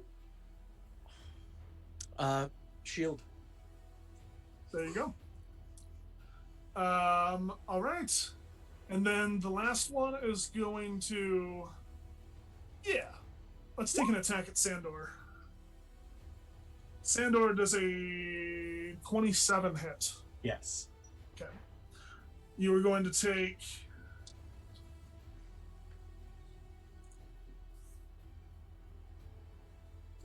Oh, wow. That is 40 points of bludgeoning damage. Okay, so 20. Yep. and you are grappled and restrained. Okay. Okay. That is the end of its turn. Let's move that here. This one is going to move up closer to Arim and Mira. Okay. That is the arm's turn. Mira, you are up. Yes. So he's going to stand up. All right. Using half your movement to do so. Here. And is so as big as the circles are on the screen, that means that they are in melee with me, or they have thrown us and we are still away from them. It after it threw Arim at you, it moved up into melee with you. Okay, just making sure because I didn't want to assume and then okay, Yeah. cool. Okay. So she's going to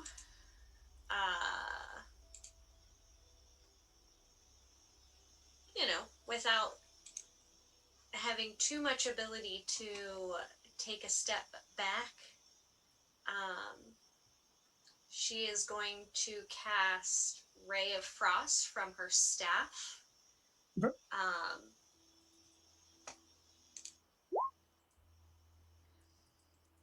With a 19 to hit. A 19 will not hit. Yeah, I had a feeling. Or more accurately, it hits, but it's more of a glancing blow. And it kind of just shears off to the side, not necessarily taking purchase. Okay. And then seeing that,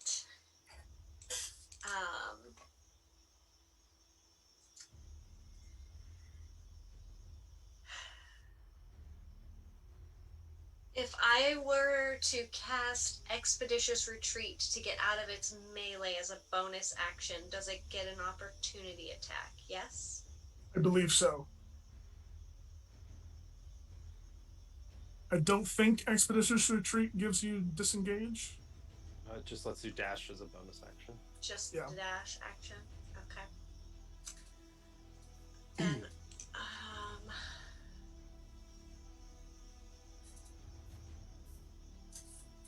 shit. I might have to risk it. Because I'm too squishy to be that close to this thing. So I am going to expeditiously retreat as a bonus action and take the dash action to give me some distance between myself Okay. and this guy. So that doubles your movement speed, right? Or Right. it just gives me actually the dash double? action. Oh, okay. As a bonus So- action, yeah. Yeah, so it'll be like the 45 feet total. As you move out of its range, it is going to attempt to attack you. Yeah.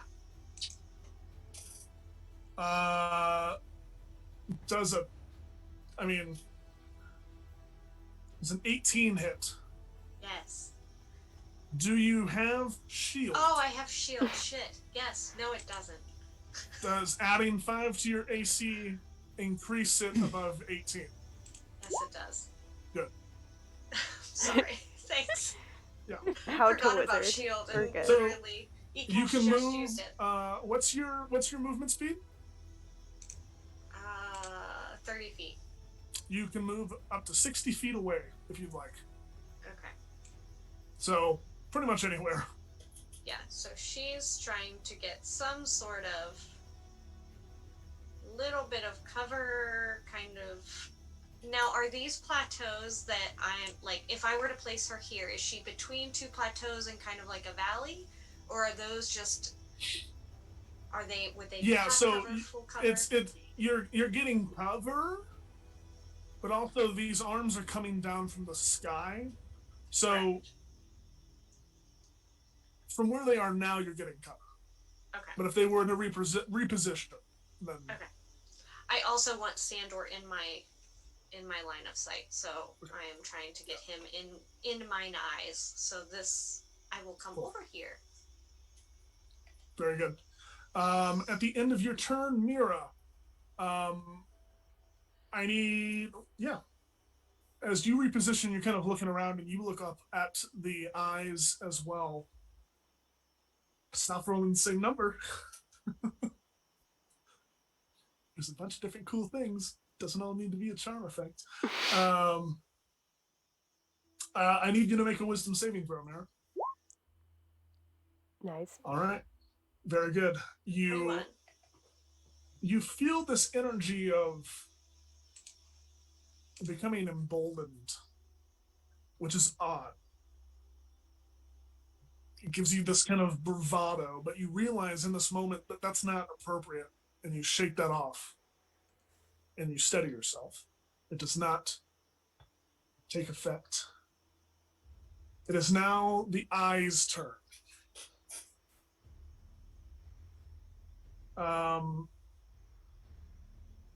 Yeah. Doop doop. Ah. Dude, And that's the noise the eyes make. yep. Doop doop doop. It's them blinking.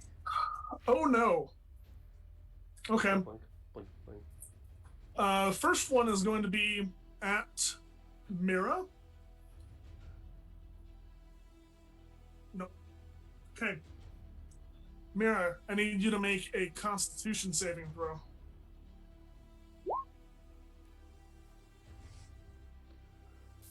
Would you like to use your automatic 19?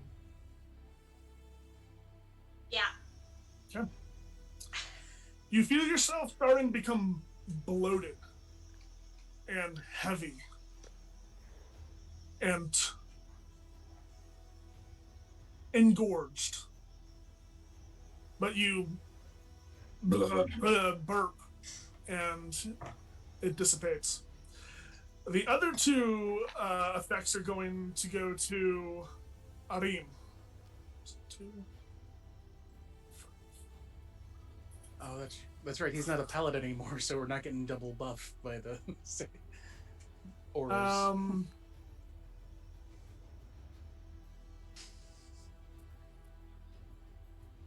Okay. Arim is going to easily saves on that, I think. I think he saves on the first one. Yep. And on the second one, also saves. Damn you, Arim. Oh, wait, hold on. Oh, I still get the rollbacks. Cool. The first one, you watched him face down in the ground, just kind of start to chuckle and almost rip into like a full-on laugh. But it passes. And as that doesn't work, you watch as a green beam shoots down at him, and you see like his skin becoming like withered and green and sickly. And he's going to take some damage.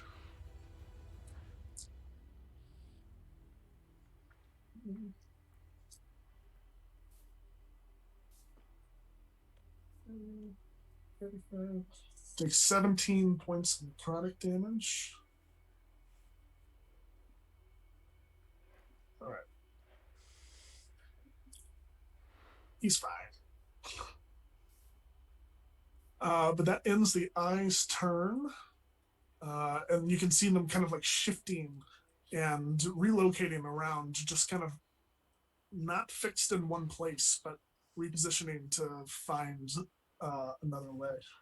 And Agnes, you were up. Okay, everybody's scattered, so I'm just gonna like scooch a little bit to the right, and I can get 3 people with bless. So get Richard, Harim, and Isaac bless with my action, and then I don't have a lot of bonus actions. I'll just cast Shillelagh on my weapon. All right. At the end of your turn, this arm is going to slam down in a cage above Arim and squeeze and try to pick him up. No.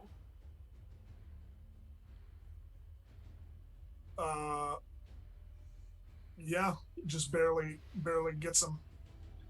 So Arim is going to take more damage. God, he's just guys. Put yourselves out there a little more. Give Arim a break. Oh my God! I'm Okay, standing this my is It's all ground here. you. You're the one choosing to attack Irene. You attacked me, but I made it You're miss. hitting yourself. Stop it. Stuff it. Fine, it's fine. That is. We got pocket heals. 13, 35 points of damage, and he is restrained. And surprisingly, not bloodied yet, which is insane. Okay. He's taken a lot of damage, but he's not bloodied. Okay. It is now the mouth's turn. And I need Sandor, I need you to roll a d20 for me.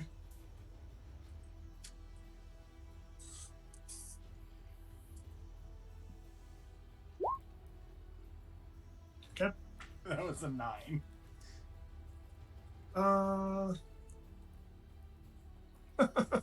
Fuck. All right, it's a rave again. My God. This is ridiculous. I need to roll this. Dude, listen. You rolled a 3 and a 5 on disadvantage dex save. This poor man. And hold on, let me roll the damage first. Low damage, 20 points of damage. He is now looking bloodied. And you can definitely tell he's bloodied as he is up to the mouth, and the mouth bites him, and he disappears.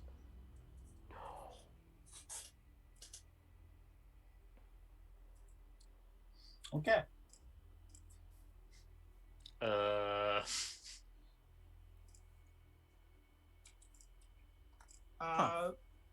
Oh, wait! No, the mouth does this twice. So, Sandor, I need you to make a dex save for me. Oh, neat. I believe at disadvantage because you're restrained.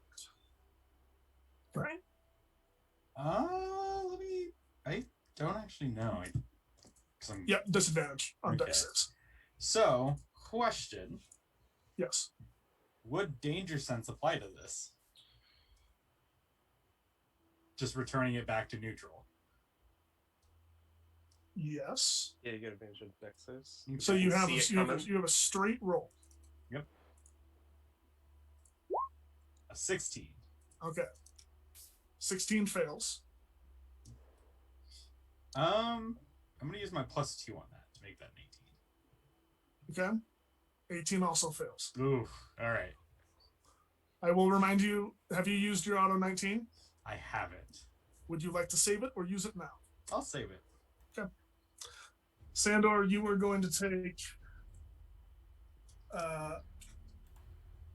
29 points of piercing damage, Mm-hmm. and you are swallowed. While you are swallowed, I you am are here. blinded and restrained. You have total cover against attacks and other effects outside the mouth.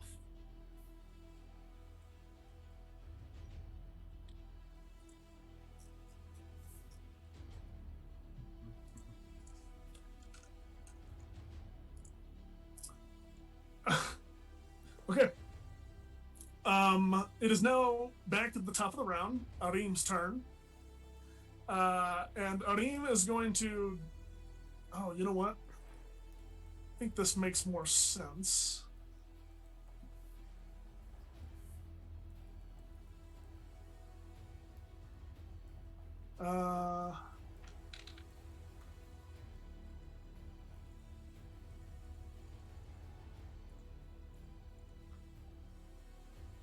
he is going to take his cudgel, which is pinned against his body at this point. He's going to just kind of tense for a moment and push outward and activate his forceful wave ability, as a tidal wave is going to spring forth from the cudgel and push all around you. You make a strength saving throw. Yep. Okay, strength saving throw from high. Oh yeah, makes it with a 24. So it's gonna take half damage of 5d8.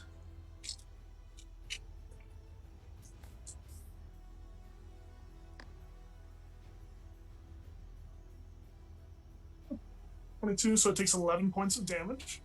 And those of you outside can see the mouth itself kind of gurgle and quiver as something happens from within.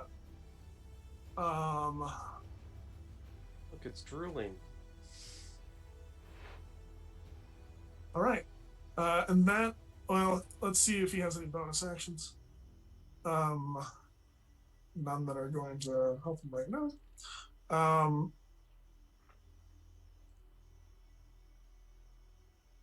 All right. I have to look at his.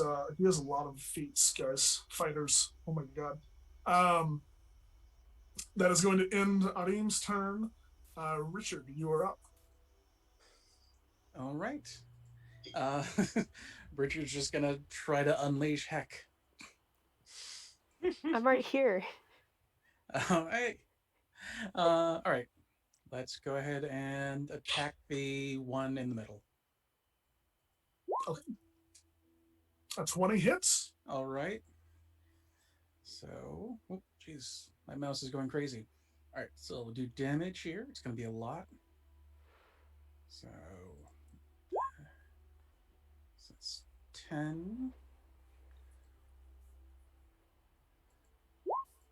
Oh, sorry. So it's 10, 17, so 27.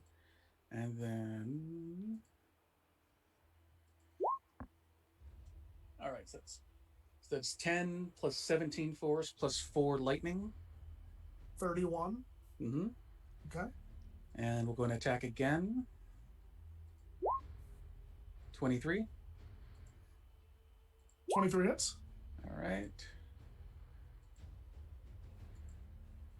So I got a lot of things to click on. And then 11 plus 6 lightning and 17 force. 33. And then I don't see either Sandor or Areen, right? Correct. Okay. I'm going to go ahead and look back behind me and give like a quick...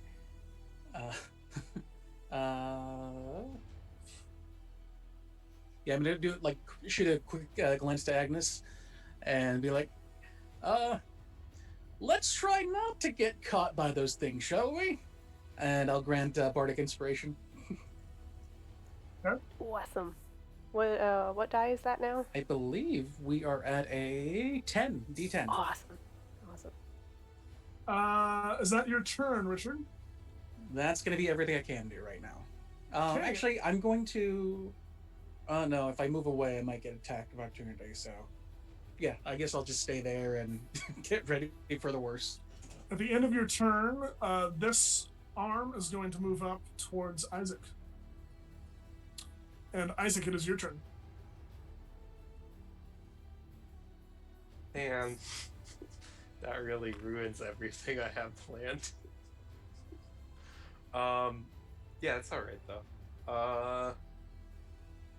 Isaac is going to kind of position himself over here, and he's going to try and play some billiards here, as he's going to wind up his mechanical adamantine arm that has replaced his real one, and he's going to do a little swing from his special magical item, using the gravity blast ability.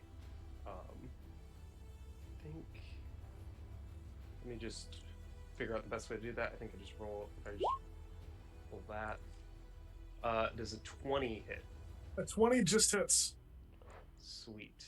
Now let me figure out how to roll that damage. So, you get a strength saving throw, by the way, Okay. but you will take 35 It's blue. force damage to begin with. 18 on the save. Oh wait. It's actually 19. Okay. Yeah, you made the save. If you had failed, you'd be pushed 50 feet away, but with the save, you are not. 35 points of damage. Yeah, 35. With that, you can, with that burst of force energy, you watch as all of the arms tense and kind of hurl in for a moment, and then reset their vicious grasping. The arms are bloody. Gotcha. And then I don't think I actually, as a bonus action, I'm gonna do some spell point shenanigans. So Okay. I'm gonna give up a first or second level spell. I'll just figure it out and give myself some points. All right. Spend on other things. At the end of your turn, the arm that is right next to you is going to retaliate. Okay. That is going to be a 28 to hit. Oh yeah, that'll hit. Okay. I'm gonna. Let me see. Do I have to do this first? I'm gonna reduce damage by 5d8. Okay. I mean, it's a pretty low roll. Oh. It's 14 points. Wait. 20 points of damage. That was modifier. Doesn't say when I need to do it, so if I can do it later, I'll do it later. So 20 points of damage. 20 points? Okay. And you are grappled and restrained. Okay.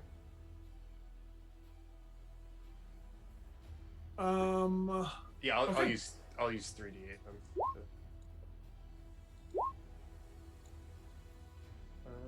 That make sure you're it. keeping track of. Make sure you're keeping using, track of the charges. Keeping track of the charges. Yep. So that was 11 points reduced, so it's 9. I think 9 points cool. damage. Sandor, you are up. You are blind and restrained inside of this mouth, belly creature. Sandor's actually going to use, and the only person it's going to affect is Areem, because he's also in the mouth, right? Yes. He's going to use Zealous Presence. And basically, both him and Areem are going to get advantage on their next advantage on attack rolls and saving throws until the start of my next turn. Yep. And that's my bonus action. For my action, I'm going to make 2 weapon attacks against them. Okay. So there's the first one. Are you doing Great Weapon Master? I am not. Okay. 20 hits. So that'll do. Make sure this was set to on. Yep.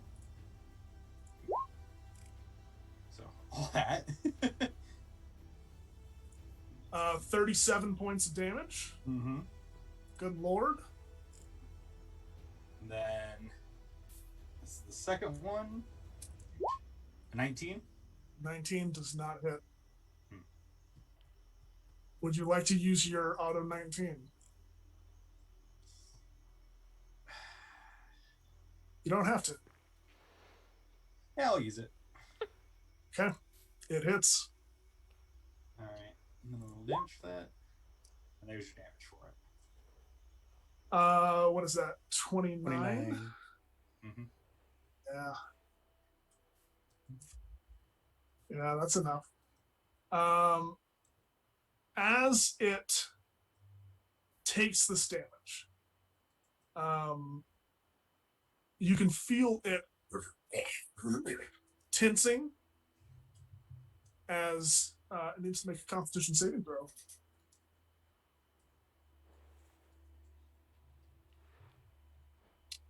which I believe it fails. Yeah. I don't think there's any way.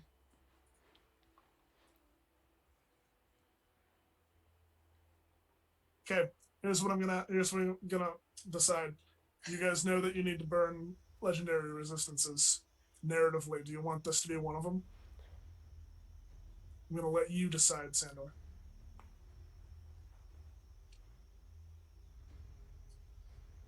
Yeah, I can burn it. Okay.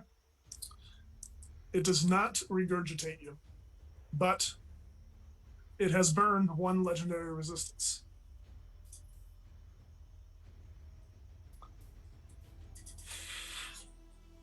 That's all I could really do. So Okay. At the end of Sandor's turn, looking down at the battlefield, Agnes, Oh you're boy. you're worried about your friends that have just been eaten, and you look up, and one of the eyes shimmers.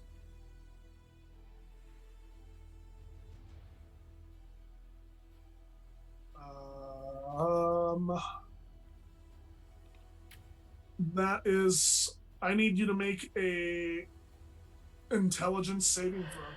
Why? Oh no. You get Oh, that no. D10 inspiration. I do. Alright, let's see what I roll first. 11. I'm gonna use a bardic inspiration.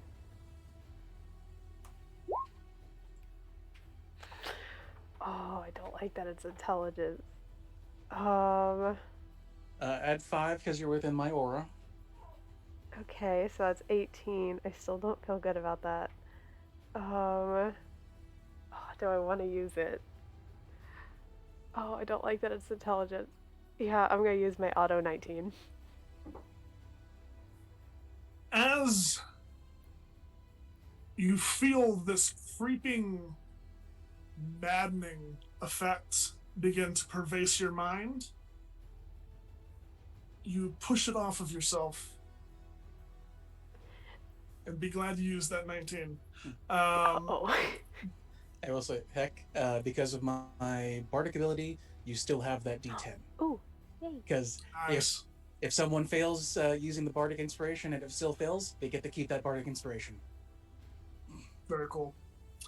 The arms turn. First off, Isaac, you're going to get thrown at Richard. I need both of you to make a dexterity saving throw. Isaac, you at disadvantage. Plus a D4. Ooh, nice.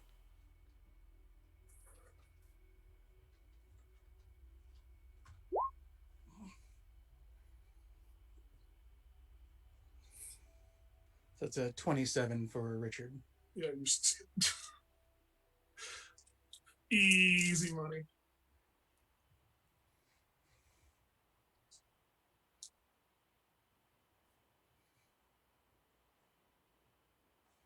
You're muted, Purple. Okay, so I rolled less than a 10, so it becomes a 10, so it becomes 15, and then I get a D4. Mm-hmm. And I'm not within the aura. Or do I become within the aura as I moved? I rolled a 4, so it's a 19. Pod impact. Forced movement? No. Okay. Heck. Like as you're entering on a throw? No. 19. Okay. You succeed. Both of you take half of 45 damage, which is 22.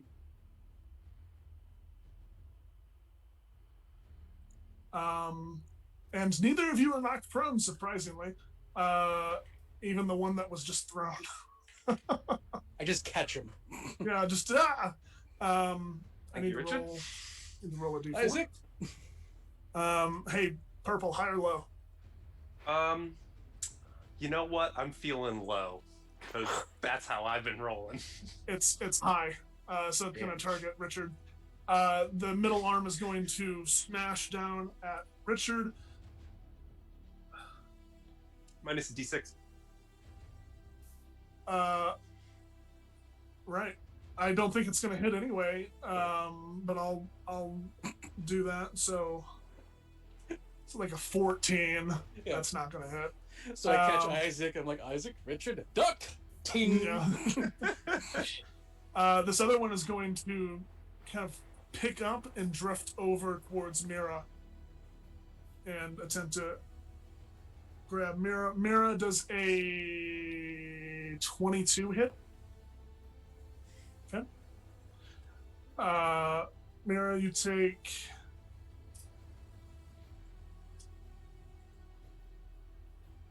29 points of bludgeoning damage, and you are grappled and restrained. Still 4 of those d8s to reduce. Yeah, I'll roll 3 of those d8s.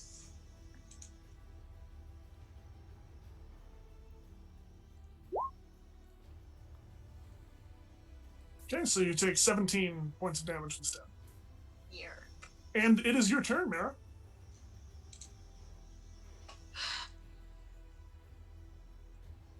Yeah. So she's going to glance over towards Agnes and Isaac and go, keep an eye on me, because I don't want to get swallowed either. And cast Mind Spike at 5th level. On what? On the eyes. Okay. You've seen 8 eyes. Which one are you targeting? Just the number 1 through 8. Or if you have a specific effect that you'd like to. We'll go with eyeball number 4. Okay. Number 4 needs to make a wisdom saving throw. I was really hoping for eyeball number 5, and we can do a Mumbo number 5 remix off of it. Yeah, I just went for middle ground. It's a natural 20 for 34. You prick. Not you, Ty. The eye. So, Does it still take half damage? I have to check. Hang on. I Because I think it does. Half as much, yep. On a failed save, you also know. Yeah. So it does take half damage. All right, that eye takes 11 points of damage, and you can see it recoil and react. None of the other eyes seem bothered, though. Yep. And then,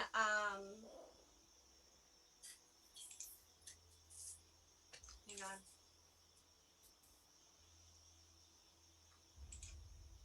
Okay, that's all I'm going to do.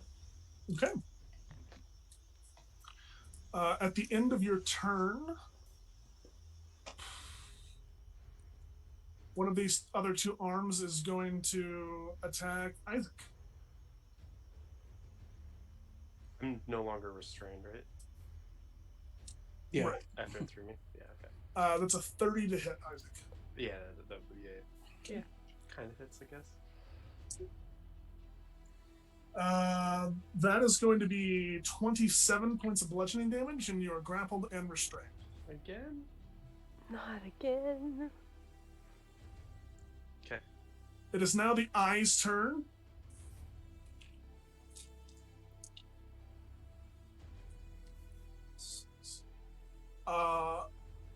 Who's...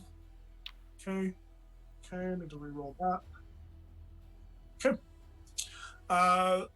1 eye each is going to attack Mira, Isaac, and Agnes.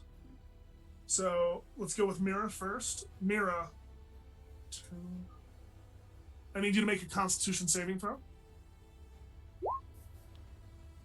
You'd save. Isaac, I need you to make a 1, 2, 4 Constitution saving throw. Can't get less than a 21, so... +5. Oh, I can't get less than a 26. I got a 26. Okay, you save. And Agnes, a charisma saving throw. Okay. Oh wait, no, sorry, can't be that one. A wisdom saving throw. Okay, I'm allegedly good at these. Oh yeah, Yeah, we're good. easy peasy. Yeah, you guys shake off the effects, whatever these eyes were trying to do to you. And Agnes, it is your turn. Okay, I'm gonna look at all these goddamn arms and say, I'm gonna need you to put down my friends, please. And you know what? I'm just gonna go ham. I'm just gonna cast Firestorm and just a line just encircling the three of them because it gives me 10-foot cubes. So I Mhm. could easily go the entire distance. So I'm gonna need dex saves. All right. Let's see if these guys are going to be able to do anything on the dex. And they have no bonus. That is, however, a natural 20. Wait, hold on. I gotta look at my armor. Does that cancel like any crit or is it just crits to hit? Hold on. Hold on. It's just No, crits it's only against for players. hits. Dang it. Okay. But it is a 20. What is your DC? Oh, that is a good point. What is my DC? You My cannot DC crit is on a saving throw. 19, unfortunately. Um, okay. Is Well, it still half damage? yeah, it's still half damage. Okay. So it's not bad. It's half of 70-10. So let me roll that real quick.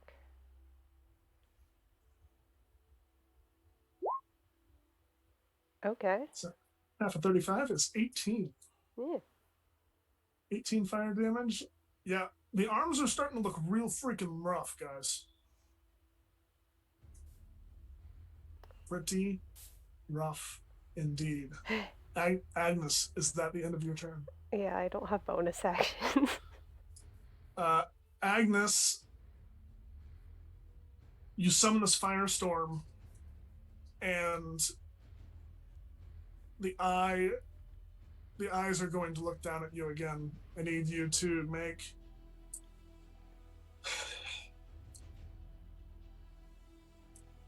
can't roll. I have to re-roll the same number. 1, 2, 3. A wisdom saving throw, please. Okay. 20. So close, but you succeed. The eye takes no effect as you also feel yourself begin to become heavy and full and slow and gorged. But it is now the mouth's turn.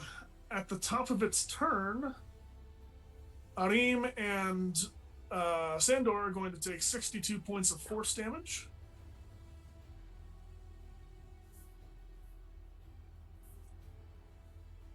As you feel your bones, body, skin, whole begin to grind to a fine dust. All right, I'm gonna actually reduce that damage though with Stone's Endurance. Okay. So it's gonna reduce it by 14. So how much damage was it? 62.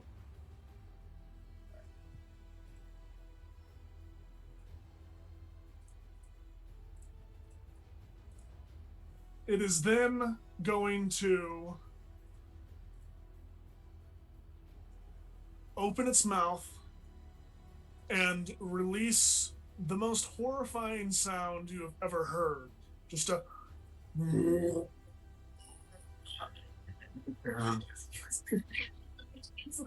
just echoing and echoing, piercing your ears and your mind. I need everyone that is not inside the creature to make a wisdom saving throw.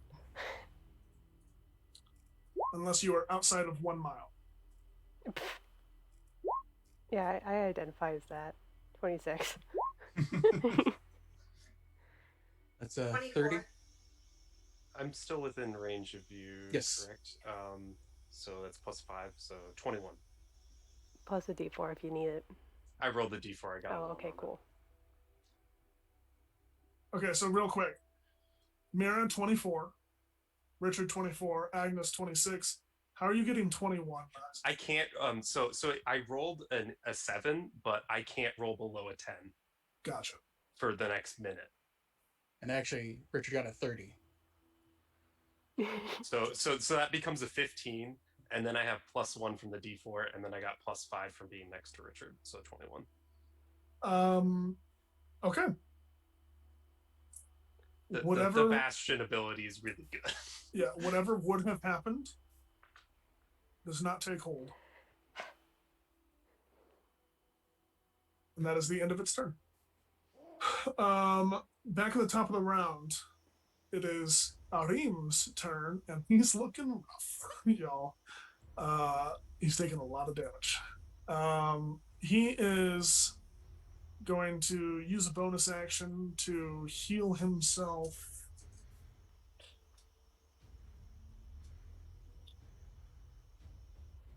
$21 hit points. Using second wind.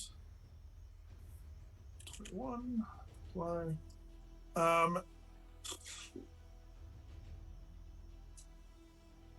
And he is going to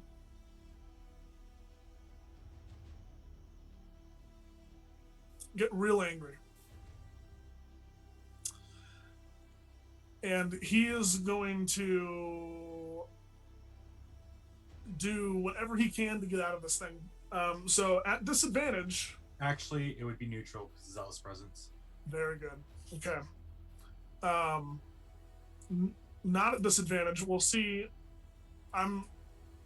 So many dice that need to be rolled for this. He's going to attack 4 times from within.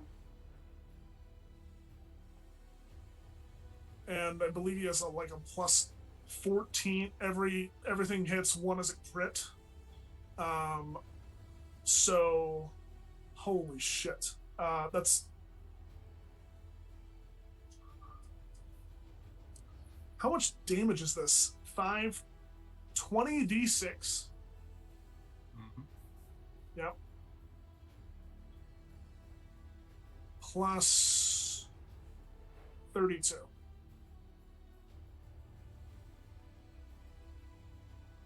I'm surprised D&D Beyond did not just break. That is 100 points of damage. As he wails on this fucking mouth. Holy hell. And the mouth needs to make a Constitution saving throw. That I don't think it makes with a 17. I'm not going to allow this to be one of its saves because obvious reasons. And so the both of you are regurgitated 300 feet above the ground and are falling. Okay. At a rate of 120 feet around. They have 3 rounds before they land. Actually, as soon as I see them get sped out, like, oh, I got you, and I cast Featherfall on both of them. That's a reaction, right? That's a reaction. Nice. Okay. Is the So you range descend that it. far? You will hit the ground at 50. 5 rounds from now, because you descend at 60 feet per Right. round. I guess with it'll Featherfall. I guess it would be at 6 once they're within 60 feet. I could do that. So never mind. That works. So we'll say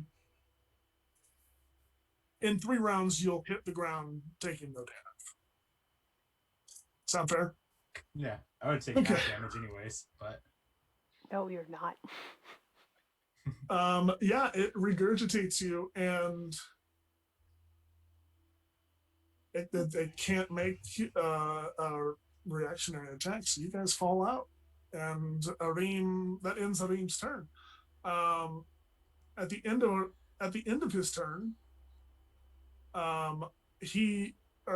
Sandor, you facing upward as you fall, one of the eyes flashes at you. Stop rolling that fucking number. Thank you.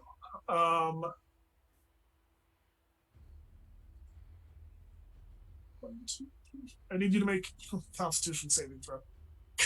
all right. 19. Oh, you just succeed on a 19. as you begin to feel yourself become full and engorged, but it does not take effect. You belch a mighty belch, and it does not affect you. Up You next save against is fizzy lifting drinks. yes, Richard. You are up. All right. Well, luckily you guys have been spat out because I was going to try and command it to throw up. So let's just keep attacking. Quick point of order: the arms and the mouth are looking rough. Yep. The eyes have been barely touched. I can't really attack the eyes, so How far Not up unless are you're those? not unless you have something ranged or can fly. well, how far up is it? 300 feet. That's the issue. I don't think I have anything that can go that far. Yeah. Yeah, I'm gonna keep attacking the hands then in this case, so. That is 29 to hit. That hits. Alright, so let's cycle through what I'm doing. Okay, this, and Tensors. Alright, so it's 20, and. I'm. Right. 26 points of damage. Nice. Yeah. Then we'll go ahead and attack again. Oh, yeah, that is. 4. Alright.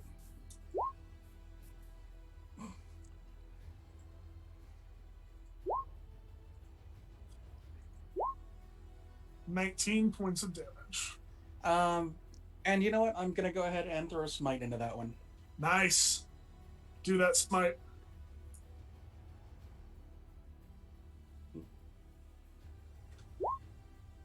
That's that's a horrible roll. 18 radiant damage. All right. It is. The arms have gone from looking rough to looking pretty bad.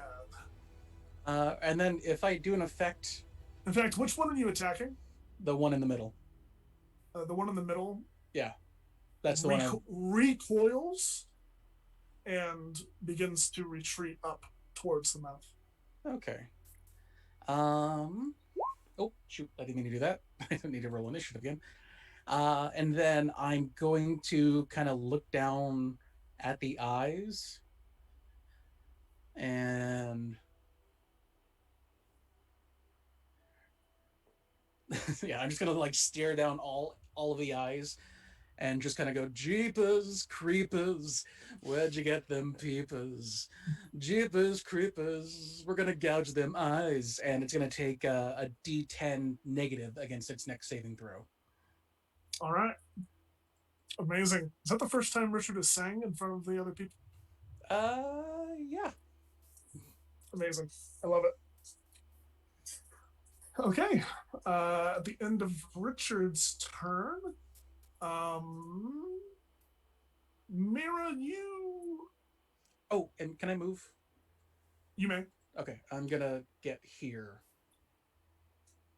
Mira, you are currently grappled and restrained by this thing, yeah? I think you were the only one. Okay. Yes. It is going to throw you at Agnes. I need both of you to make dex saves. Mira, yours is at disadvantage. Oh God. Okay. I think I also am. Grapple. Are you? Yeah, because you threw me and then you attacked me again and rolled a 30. It's a 7. We're fine. 17 for Mira, so here I come, Agnes. Plus Okay, 5. Agnes gets +5. Yeah, I don't think that's gonna help me. Both of you fail. So you're going to take.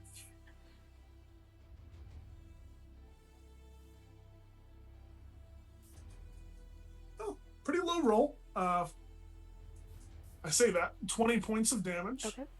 bludgeoning damage. Agnes still has a D10 Bardic if you want to use that. Oh my God, I do. Yeah, I'm gonna try it. So what, you're I at don't think. 12 right now? Oh, 22. 22 succeeds. Agnes, you take 10 points of damage and are not knocked prone. I still Mira, have to you make a take 20 and are concentration? knocked prone. and here's a wonderful little trait. I see that, And I looked at Agnes, I go, yes! And then I looked to Isaac, and I'm like, you're up. And her bardic inspiration now transfers to Isaac. Amazing. Isaac is As up a next. yeah. Okay. I have a thing I want to do. Question is, can I hit the eyes with something that has 60 feet range, or do I need the 300-foot range to hit up that high? I'm okay. It depends on what you're trying to do. It's a six level spell that starts with a D. Oh, that's only a 60-foot range. Yeah. Seems a little ridiculous. We'll go ahead and up that a little Okay. bit. Cool. But I'm actually gonna do it also with the arm next to me because I have twin spell. Oh. So I'm casting disintegrate with a twin spell. You need to make a dexterity saving throw for both of them, and the eyes have minus a D10 thanks to Richard's singing.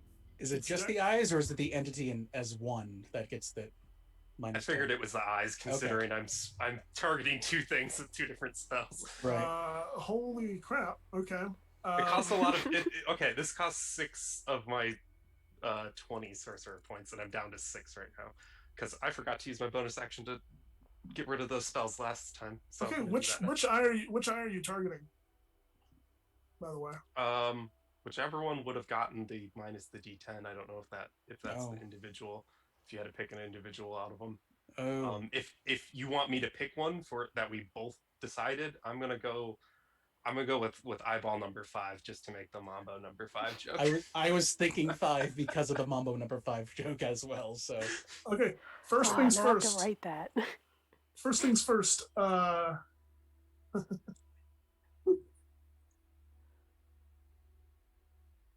What? The eye is going to use the second legendary resistance. Okay, fine. fine.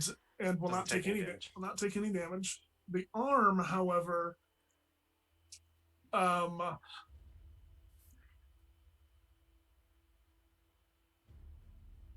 you're fucking kidding me. Hold on.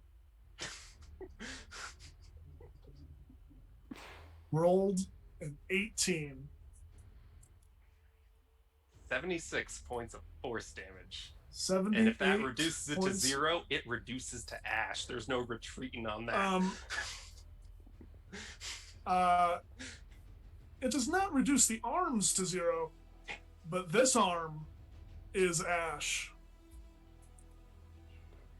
So there is one arm remaining, and it's looking real fucked up, y'all. To describe a little bit of what happened, Isaac kind of again pulls out his new spellcasting focus of his adamantine mechanical arm and holds up this purple glowing energy and spins it a little bit, and 2 beams shoot out of it, one directly next to him to the arm, which disintegrates, the other one up to the eye, which magically shatters in front of it, using up the legendary resistance. The beam magically shatters as it hits a shield type of thing. That's how I assume the legendary resistance works. I'm gonna actually use my bonus action to get me some spell points back because I forgot to do that last time. At the end of your turn, legendary action from the eye is going to target you because fuck you, Isaac. Fair. That is an 8. I need you to make a dexterity saving throw. +5 plus. Plus a D4 because that concentration check had a +5, so I still have plus. So it's at least a 21. Let me roll the D4. I should not be targeting Isaac. Yeah, so it's a 21. Yeah. Can I describe a little bit? Tell me what's happening, and I'll describe how I kind of save against it, if you don't mind. What is happening right now is you see an eye that has not been used yet. A massive, kind of almost central eye shoots a black beam down towards you, and as it hits the ground near you, you watch as the growth that you experienced in part 1 that was on the obelisk, the ground in like a 5-foot circle becomes that growth. So as that's coming down, it actually is aimed true and it's going to hit Isaac, but he kind of like these like clockwork images move around him and he slowly shifts out as his trance kind of takes him out of position and repositions him as if he's kind of altered time around him a little bit. That's kind of how I'm narrating this ability that says if I roll lower than a 10, it's a 10. So that's how I'm getting all of these really good dodges and stuff like that. Also, it would not be Nuts. possible without the paladin buff because I would have still failed probably. That's So nuts. thank you. Hey. But All right. Yeah. Words of the wise. Stay close to the paladin. All right. That At is least that 10 is feet. that. Yeah. Sandor, you are up. Am I still falling? Yes. All right. Why he's falling? Because the only thing he can really do while falling, he's gonna cast Cure Wounds on himself. What? Yeah, because of the How ring. are you? Yeah, you Oh, give that's himself right. a Range hug. companionship. Oh my god. That's so good. It's like, wait a minute. How is that happening? And then you're a the other, barbarian. the other thing I'm gonna do is re-up my rage. So reset it. Gotcha. 50. Okay. Yeah, at the end of your turn, Sandor,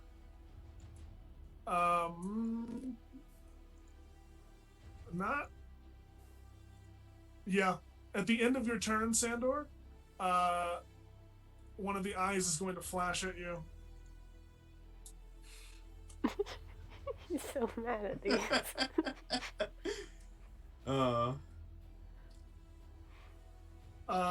Okay. I need you to make an intelligence saving throw. Oh no. 7. So because I'm raging right now, I'm actually going to use. Where is it? So I'm saying the right thing. Fanatical focus. If I fail a saving throw while raging, I can reroll it. Cool. So that's. I tried. 12. Mm-hmm. Please roll a d100 for me. Oh Right. no. Bad to stable. Maybe. Oh my god. 61.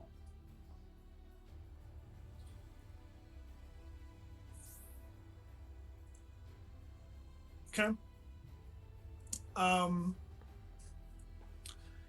This eye hits you, and you can feel this influence take over your mind.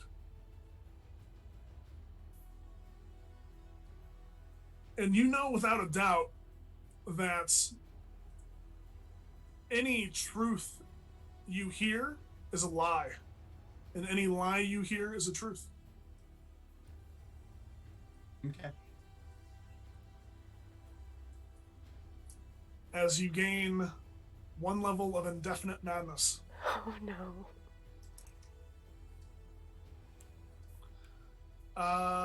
That is the end of whose turn was that? Okay, that was the end of your turn, Sandor. It is now the last arm's turn. And this arm's gonna start retreating back up. No one's around to do anything. And it's gonna try to catch Arim on the way up. That's so rude. Oh, but it rolled really shitty. So is the arm like moving past me? It is. Is it within range for a melee attack? It is. Cool. I'm gonna use my sentinel reaction then. Oh shit. Yeah. So I get to make a melee attack against it. It's a 19. 19 does not hit. Unfortunate. Just barely misses as it moves up past you all. Okay. That is all it can do because it has 1 arm. Mira, you are up. I am going to apologize to Agnes for slamming into her so viciously. Oh, you're fine. Probably accidentally use her face to stand up. Unintentionally, of course. Oh, let me help you there. Excuse me, pardon me. I just need to. Thanks. Okay. And uh, DM, since I've never actually used this spell, for fireball, is it just one line of fire against one eyeball, or is it a line of fire against all the eyeballs? It's It a is- it- It's a sphere. radius. It is a sphere. You can hit 3 of them. Okay, I'll do that. I'm gonna cast it a little high. Gonna get rid of one of those 5th level spell slots again. Nice. And you need a dexterity save from them. Yeah. That's gonna fail. So go ahead and roll your damage. 33 points of. 33 points of damage.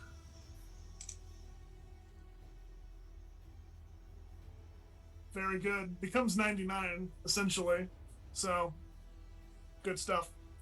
All right. Is that the end of your turn? I'm going to turn to Isaac and go. Am I doing the thing with the thing, or am I waiting to do the thing with the thing? Has more spell resistance left, I think. Shit. And then you're gonna see her probably cough up a little bit of blood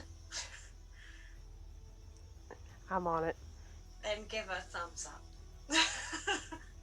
That's all. The end of your turn, Mira.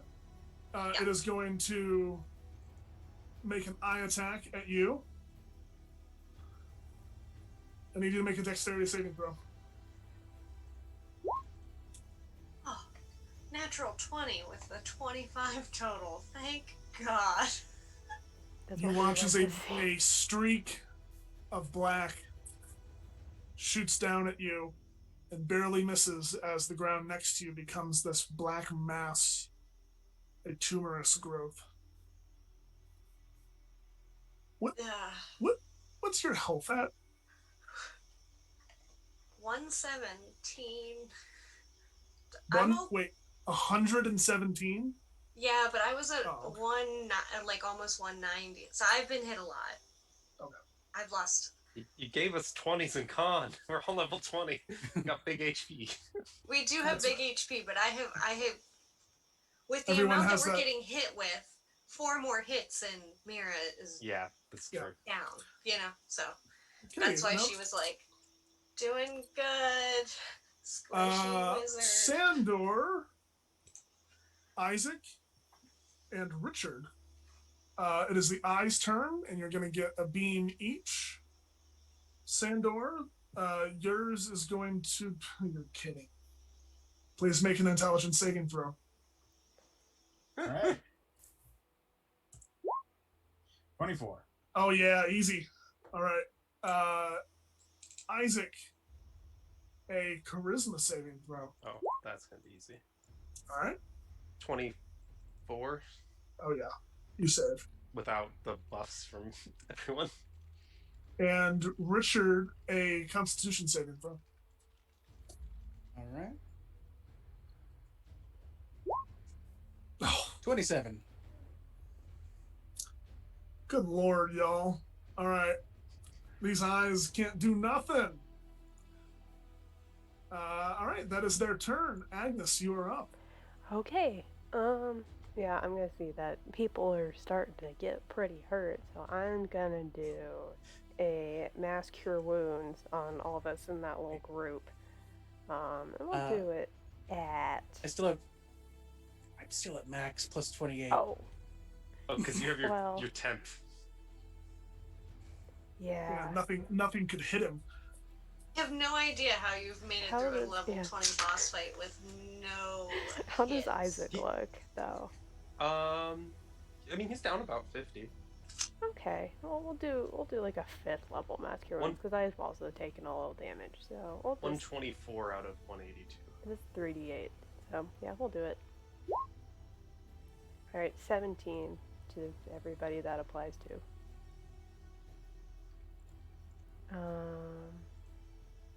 Yeah, that's my action, and yeah, that's gonna be it. Okay. Agnes, at the end of your turn,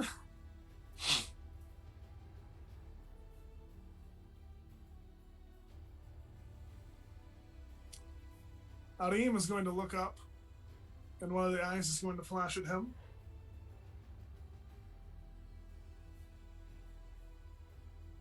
Okay.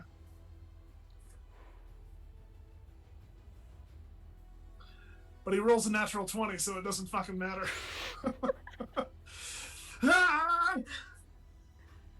It's fine. It's fine. It's fine. I didn't want to kill any of you anyway. It is now the mouth's turn. I don't think anyone is grappled, obviously. Nope. So it is going to scream again, and I need everyone to make a wisdom saving throw.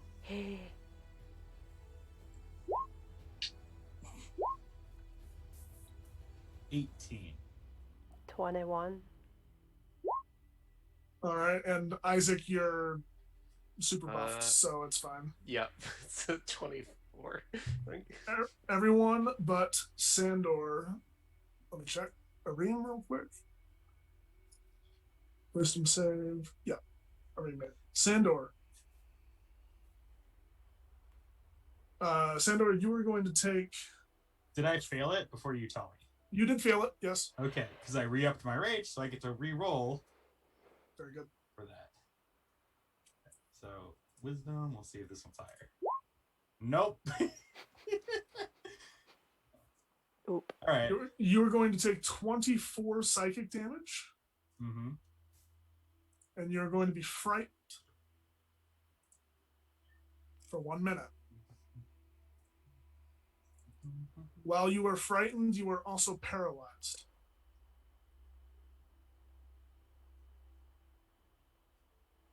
You can repeat your saving throw at the end of your turn.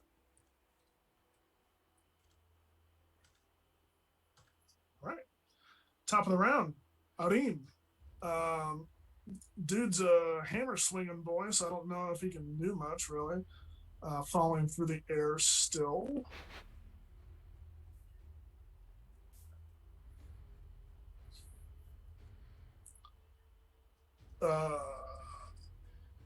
Yeah. Second No, whip? he's already used it. Uh, He is going to turn invisible so that he doesn't get targeted anymore. Poor guy. It's not my fault. What are you talking about? So that is Arim's turn. He goes invisible. And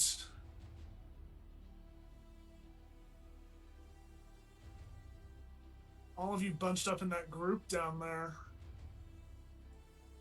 The eyes aren't going to be able to do much. We'll try.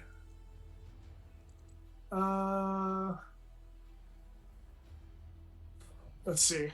Out of the 4 of you. Oh, there it is.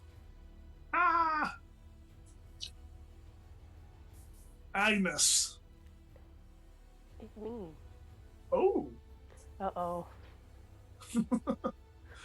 I need you to make a wisdom saving throw. Okay.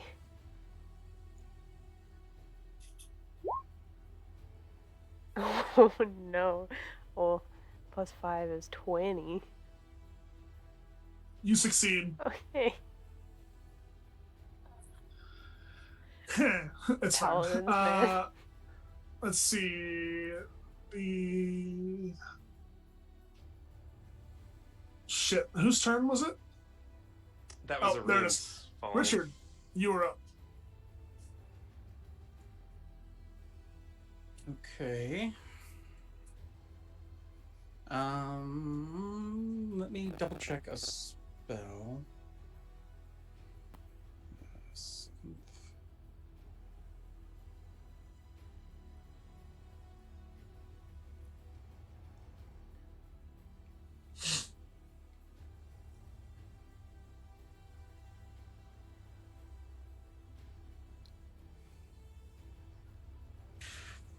And the hand's moving away?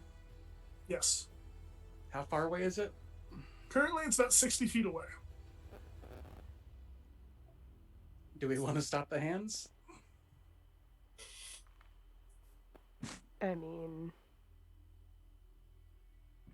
Sure. I don't know.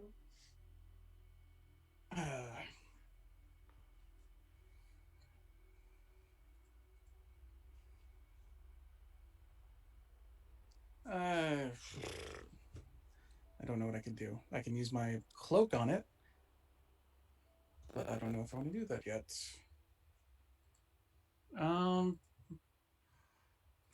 I'm just gonna do a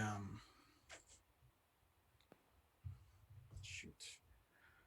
Oh, I know what I'm gonna do. So I'm gonna look at the hand. I'm gonna go, yo, Hansy, get back down here. Let's play a little rock paper scissors. So it's gonna take a negative D10, and then I'm gonna command it. And what is the command word? It's approach. So it's got to be Wisdom DC 19. For the arm, I am sure. Oh. That's a 19. Is that with the negative 10 or the D10? Oh, no, it is not. Yes. Okay, so it's going to fail. Yeah. So on its turn, it will move towards you.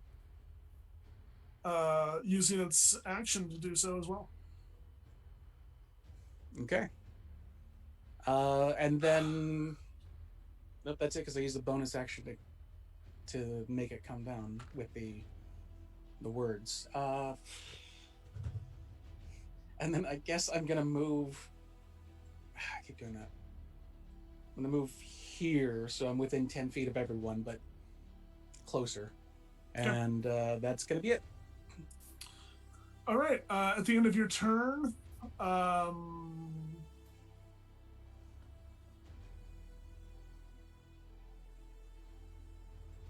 Mira, one of the eyes is going to shoot down at you. I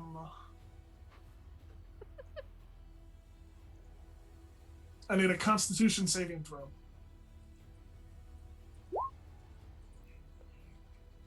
oh no. Which The one is chat. A 6. all right. You watch as this sickly green beam just shoots down and hits you in the chest. And you are going to take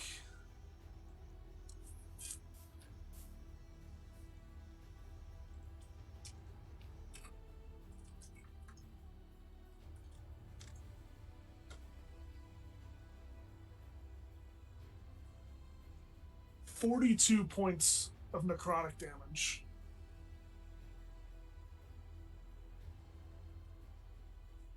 As you are sickened. Yeah. All right. That is. So, question. Yes. Really quickly before we move on. I took a Warcaster feat a while ago. Okay. Can I take a reaction to attack back, casting a spell, and counterspell that? Or is it not a spell? Is it a? It's not a spell. Okay. Hold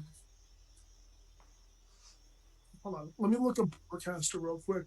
If you get hit by a spell, I can copy it. I can copy and paste it into Roll20 or. Yeah. Can you do that real quick? Yeah. So I can look at that. I was just looking at it, so that's why I was asking. It's an opportunity attack, so it'd have to be leaving your. Yeah, if it leaves your range. So if it's walking, okay, all right, Yeah. never mind. Damn, all right, okay. Good thought though. Sandor, you are up, and you are falling, and I believe it is now that Featherfall is cast. I got skipped. You did get skipped, Isaac. You are up. Isaac, how are people looking? I know I'm at Mira max. just took a hell of a hit. Okay.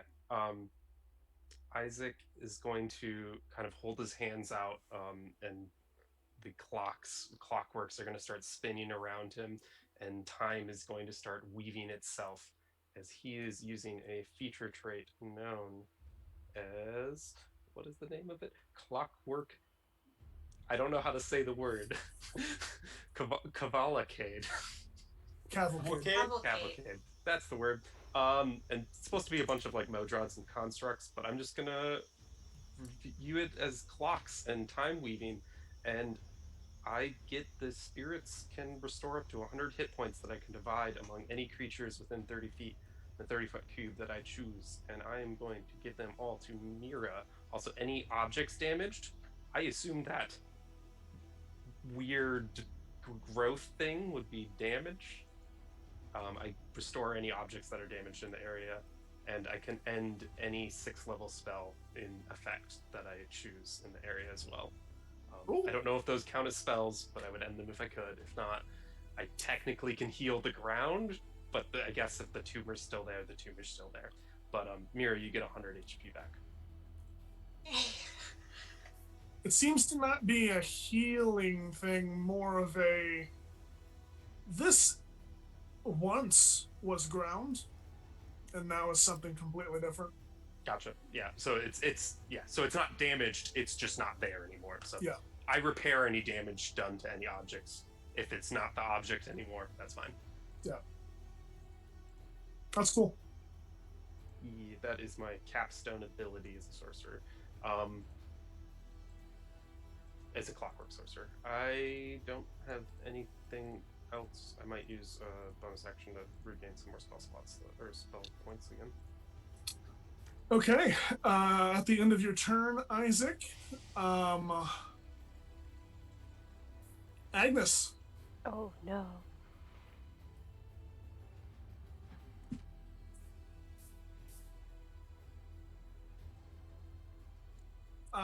Please make a dexterity saving throw. Oh no, okay.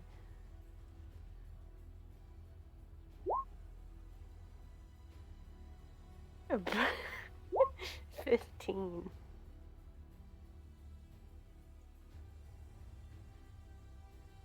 15. Okay. I don't want to roll this by hand. Uh-oh. You are going to take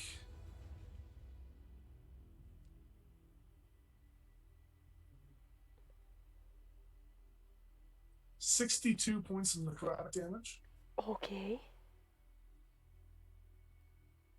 You Alright. still up? Yeah. Okay. And the bless as is the- gone. There's no way I can save out of that. As the black beam shoots and hits you, and you feel your body begin to like quiver and try to reform itself into something else. But you're able to No. shrug it off. Okay. Sandor, you are up. Still falling, right? Still falling, I believe at this point, you would get Featherfall cast on you. Okay. What was the save for paralyzed? Oh, that's right. Save is, I believe. Hold on. Which one of these was it? Yeah, I'm trying to. It was wisdom. Yeah. Okay. So 25. Oh yeah. You are no longer paralyzed. Okay. Does that take my action to do that or no? That's at the end of your turn. All right. So that's my turn then. Because I couldn't do anything else otherwise. I'm just falling. But you are now solidly on terra firma once more. All right. Am I still feared? Did they go? No, that was to get rid of the fear. That was to get rid of the fear, so I'm still paralyzed then. No, it's while you are frightened, you are also paralyzed. Okay. Yeah. Okay. It is now the arm's turn, and it must move its full movement towards Richard. So it gets to right there, and that is all it can do. Mira, you're up. Yeah, she's Mira's gonna look at Isaac and go, "Thank you, finger guns." Because without that, that would have been bad. And she's going to just give her staff of high tide a few slams on the ground and cast Call Lightning at 3rd level.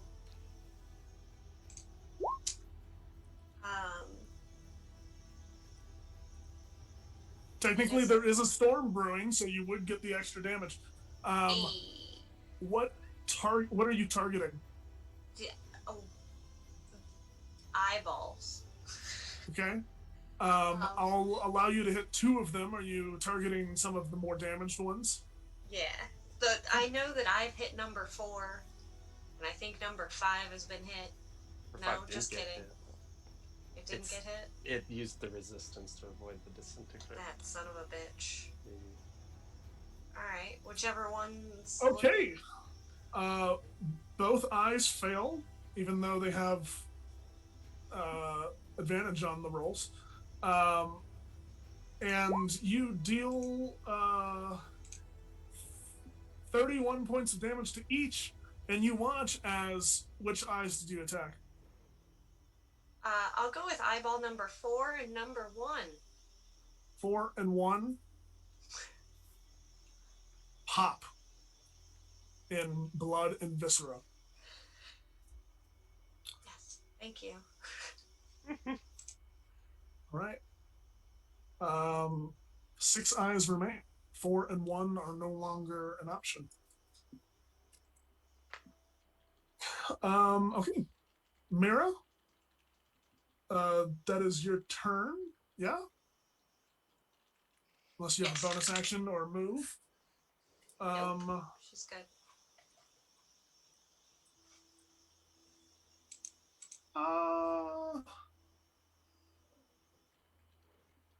The arm is going to use its legendary action to attempt to attack you, Richard.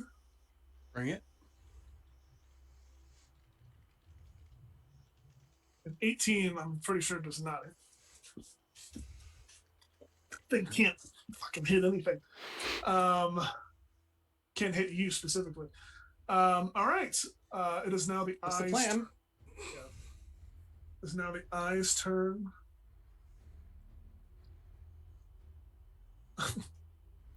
Okay. Sandor, Isaac, and Richard. The dice like that combination, apparently. So Sandor, please make a dexterity saving throw. With advantage, because... Yep. 19. Yeah, okay. That black streak of energy shoots out towards you, but you're able to just barely dodge it. Isaac, I need you to make a wisdom saving throw, and Richard, a wisdom saving throw. Okay. 20. 25 plus a d4. Rolls a natural 1, gets a 20. It counts as a 10. That's ridiculous. Yeah, both of you succeed. Okay, That is really good. That is the eye's turn. Why reliable talent is so fucking good. Well, it's Yeah. reliable talent for saving throws and attack rolls. It's Yep. ridiculously Yep. good. Agnes, you are up. All right. So these eyes are 300 feet away. Yeah, but if you can give me a Oh. reason why something would hit them. Oh, don't worry. I have a spell that has a range of 300 feet. I have exactly shit. one of them. And it's Insect Plague. So I'm going to cast a bunch of little lightning bugs in these eyes and make them fly into the eyes. Oh, I love it. What's the lightning radius? storm? It is a con save. Is there a radius on it? It Or is a 20-foot radius, so 40-foot diameter. all right, you can get 3 of them. Okay. I'm assuming you're attacking the 2 that have been damaged already, Mm-hmm. as well as another one. Yeah. Okay, con save from all of them. Mm-hmm. And I'm gonna cast it at 7th level, by the way. All right.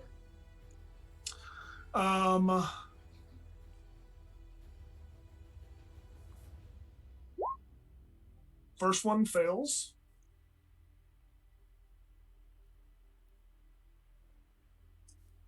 Second one has a 19. Oh, that just makes it.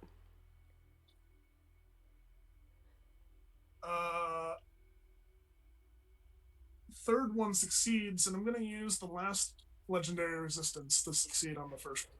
Okay. They still take half, so half of 35. Whatever All right. that is. So 18. 18. And I can concentrate on that for 10 minutes. Holy shit. All right. And that's all I got. 15.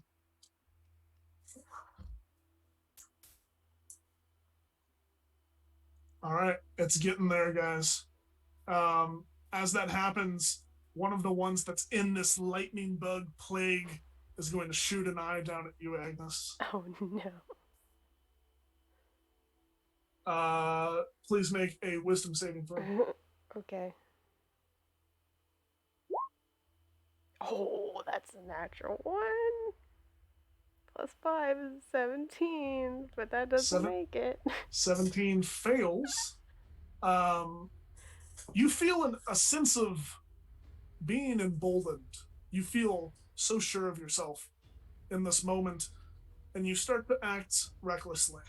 You have disadvantage on all saving throws, and enemies have advantage on attack rolls against you for 1 minute. Oh no. Okay. You can repeat the saving throw at the end of your turn. Okay.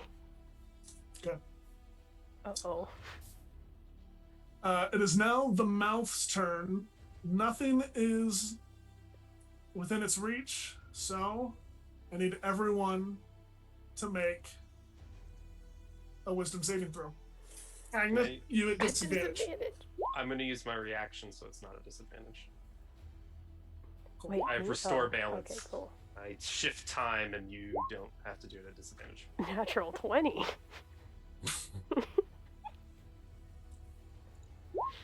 Mira got a 14. 12. 25. We're gonna get through this, Sandor. We're gonna be okay. Okay, so Mira, you actually got a 19 because of Richard's presence. Okay. Sandor and I need to roll for Arim. Arim fails. I'm sure. Why couldn't you stay a paladin? What was this? A wisdom? Yeah, Arim fails. Arim and Sandor both take 39 points of psychic damage. How's Arim looking? And are frightened and paralyzed. I am very sorry, Sandor. I'll get a turn eventually. Yeah. If only you were a berserker barbarian? The one that can't be frightened? Anyway. Okay. That is the mouth's turn. Arim is paralyzed. Rolls a natural 20 on his save. He is no longer paralyzed at the end of his turn. Nice. At the end of his turn, let's see. Let's roll a d4. 1. Mira. One of the eyes shoots down at you. Please make a dexterity saving throw.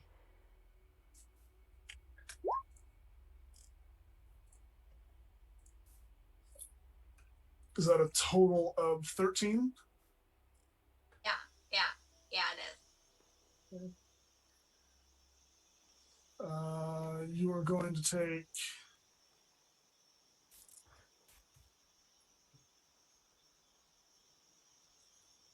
D&D Beyond 51 points of necrotic damage. Woo! Woo! Are you still up? Yes. Thanks Okay. to that 100. Yes. Correct. You. Oops, I accidentally just rolled a new initiative. I didn't mean to do that. I was just having That's fine. clicking and It anxiety. doesn't. It doesn't change anything. Okay. Yep. You also resist this changing effect. You feel your skin begin to crawl and try to reshape itself, but you manage to shrug it off. That was the end of Arim's turn. Richard, you are up. How's everyone doing health-wise? I've seen better days. Seen better days, but I'm not too bad. I'm not bloodied yet. Okay. I'm at 50 hit points. Okay. I guess I could heal you. Or I could try and do some damage.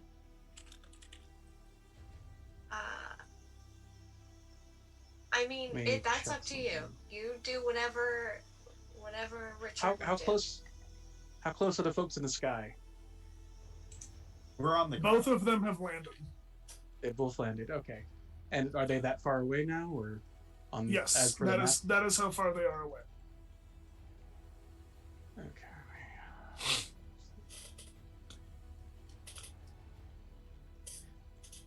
Okay. They're quite far away. Okay, no, they're within range.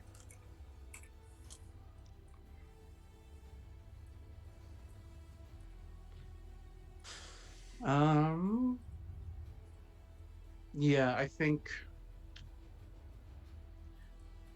Richard's gonna go ahead and do a mass cure wounds at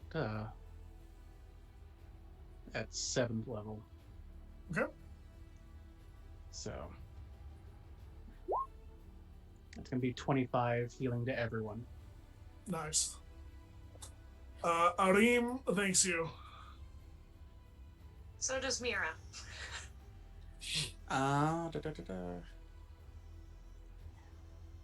Yeah, that's what I can do for that.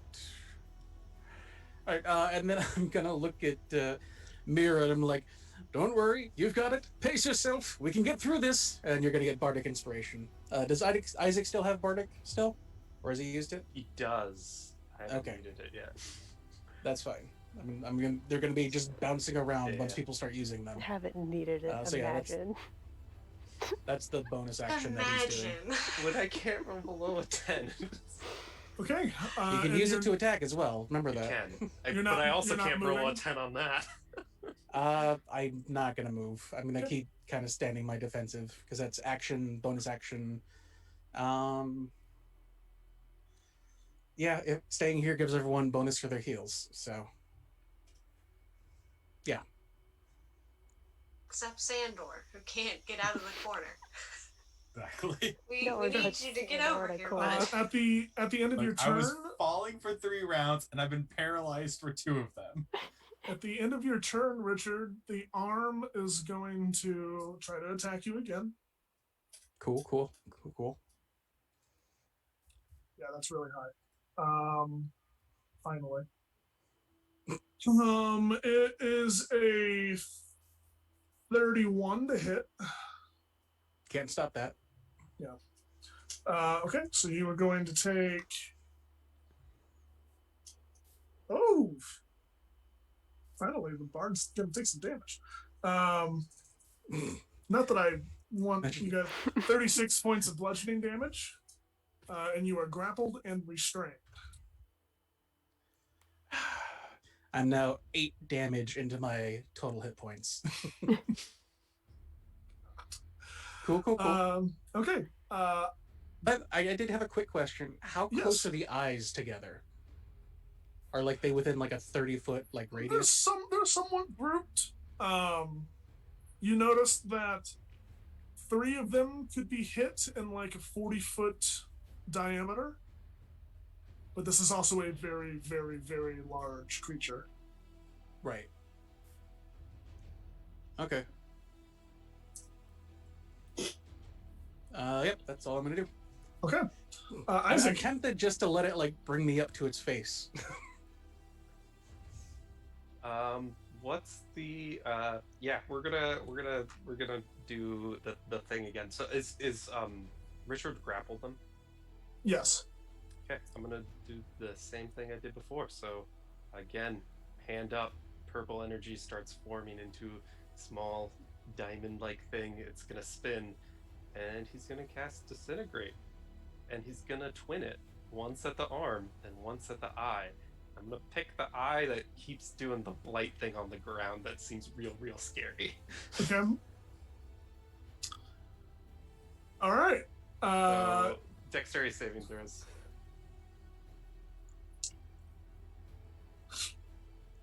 It's an 18 for the arm, That is a fail. and the arm disintegrates Yes, take me up.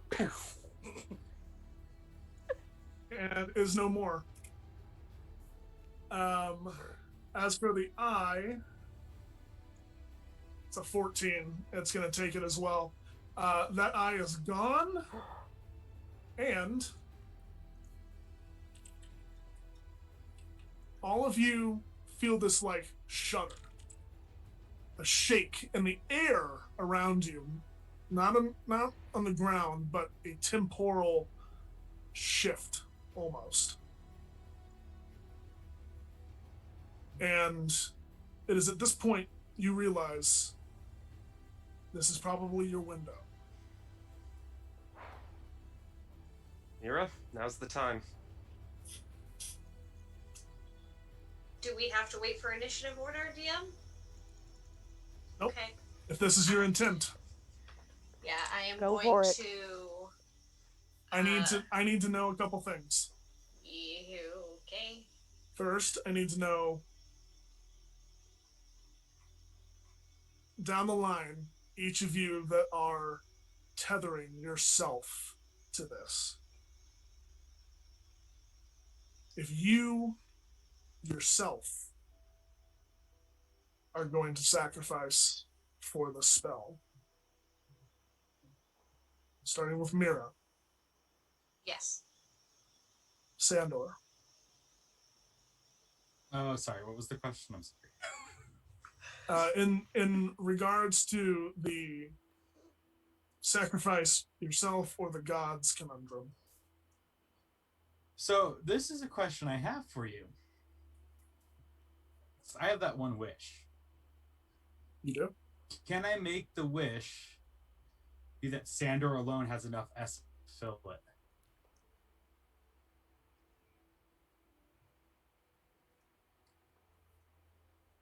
So that you absorb everyone else's essence? Or that it could either be I absorb everybody else and so I'm the only one needed, or he just gets the abundance of essence to basically, because the way you worded it was that it has to be more essence than the many. So basically just have just enough essence to be more than the many by himself.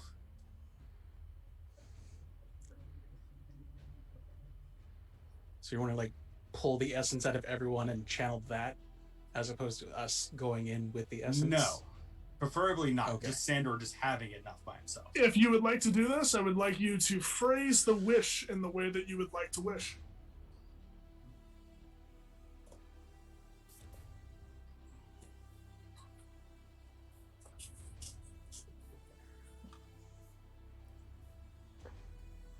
So the wish is going to be for Sandor to have enough essence so no one else has to be sacrificed, including the gods.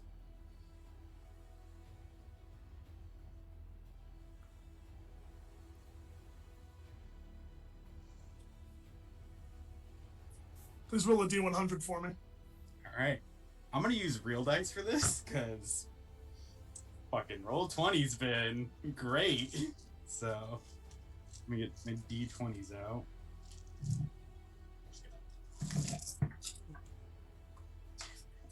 Are you doing 5d20 or? Well, I just need a D20. Where is the good one that I want? There's D20? one You need a that I D100. want I'm more than the confused. others. Why do you I need think a you said a D20? D100. Oh, D100, sorry. But Yeah. there are still one from a certain set that I want that is better. There's that one, and I need one more. Sorry. Can't mess around when important rolls are on the Exactly. line. You gotta use the good dice. Break out old reliable. Get out the seal. So that is a 93.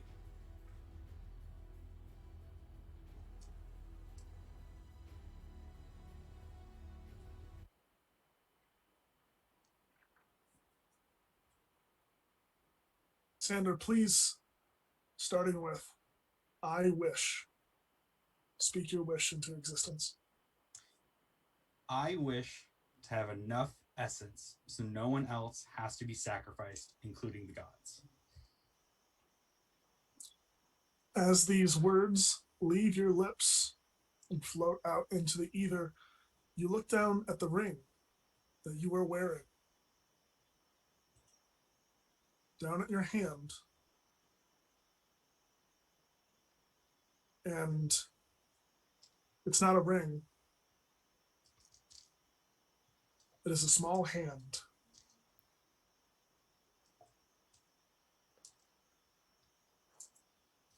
And you watch as the fingers on that hand grip you tightly and then let go.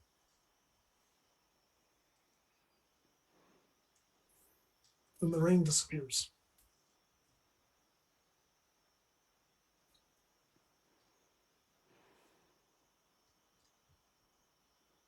Suddenly,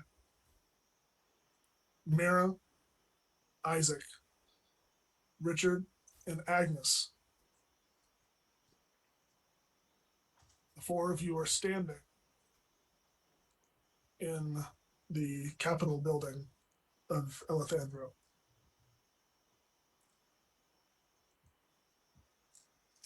And for the first time in all of your lives, you feel like a normal person.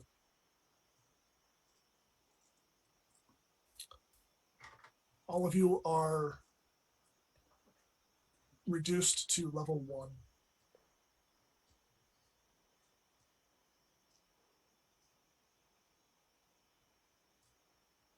Sandor.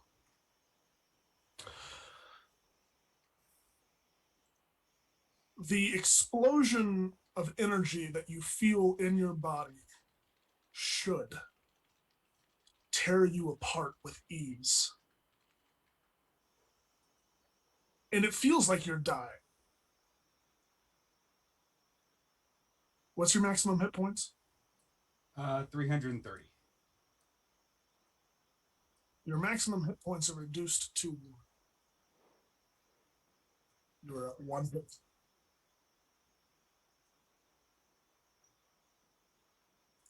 And then, as you feel like you're about to just give up and pass from the impossible amount of energy coursing through your body, you feel a hand on your shoulder.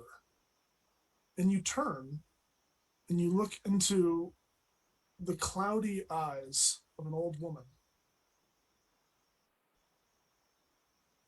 who has needles in front of her, holding thread.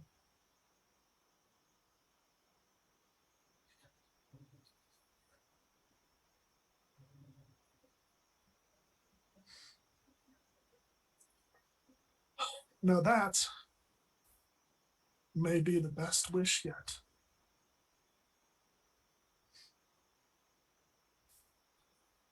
And you turn and you look at this creature in the sky above you, and you know, without a doubt, exactly what you need to do.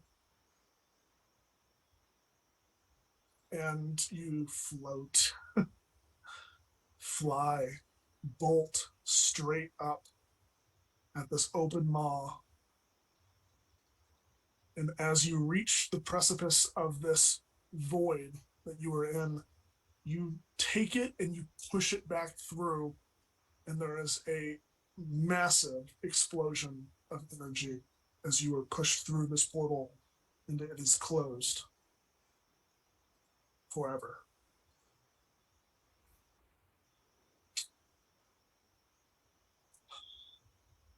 Darkness. Then light, shimmering, stars. You are floating and you can move. You just look around and it's endless seas of far off lights. And then you hear a sound behind you as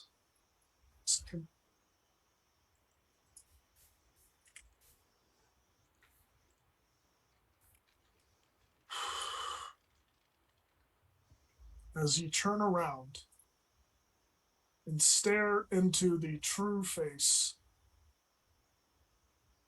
of the Titan that you just imprisoned with yourself for all of time.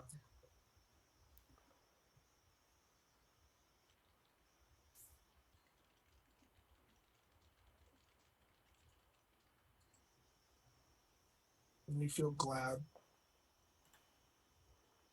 maybe a little heartbreak, heartache for goodbyes that would not happen. But at least you know that it was only you.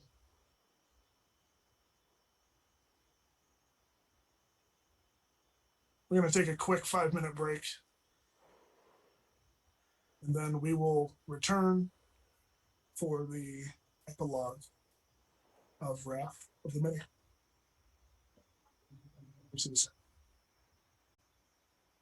Hello, and welcome back to the epilogue of Wrath of the Many. We have some denouement to get through after that very tear-jerking moment. And we're going to save Sandor for last.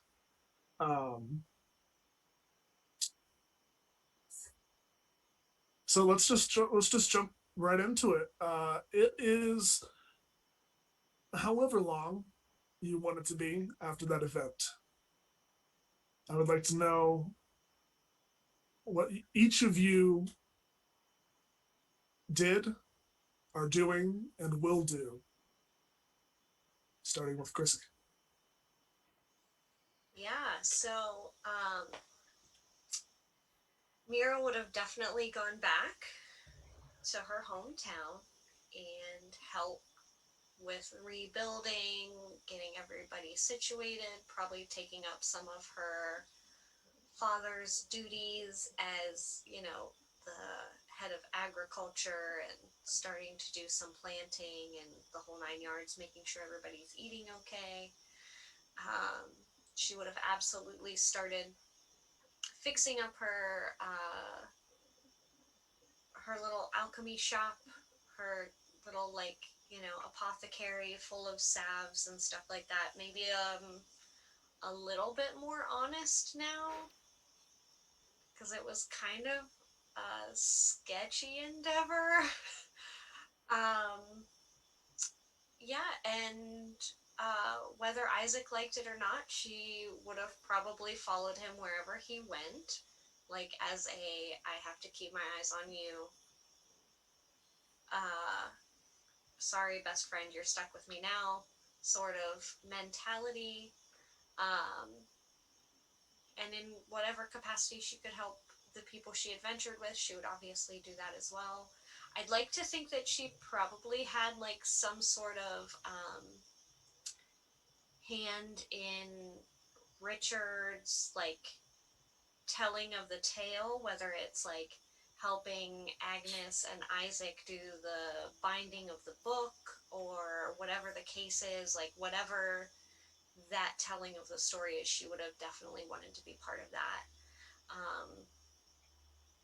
She would have probably tried to have a pretty quiet life after this, to the best of her ability. Displaying her staff somewhere very important. not quite praying as much, but maybe not being as much of a cynical bitch either. And that's about it. All right. Isaac, I still have my arm. still have your own. Still have my robot arm. Okay.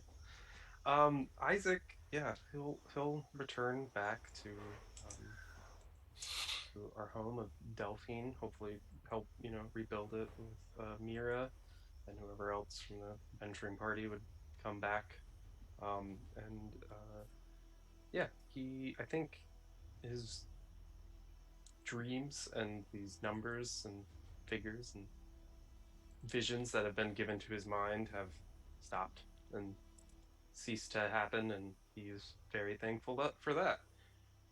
He spends some time opening clock tower, doing some watchmaking, but doesn't really put a lot into that. He actually spends a lot more time writing and doing calligraphy and writing in celestial and that kind of stuff. And he takes some time and probably maybe works with Richard as well to take his words and put them into writing and using his calligraphy to draw some pictures and tell the story of what had happened. I think that's about it, though. Richard.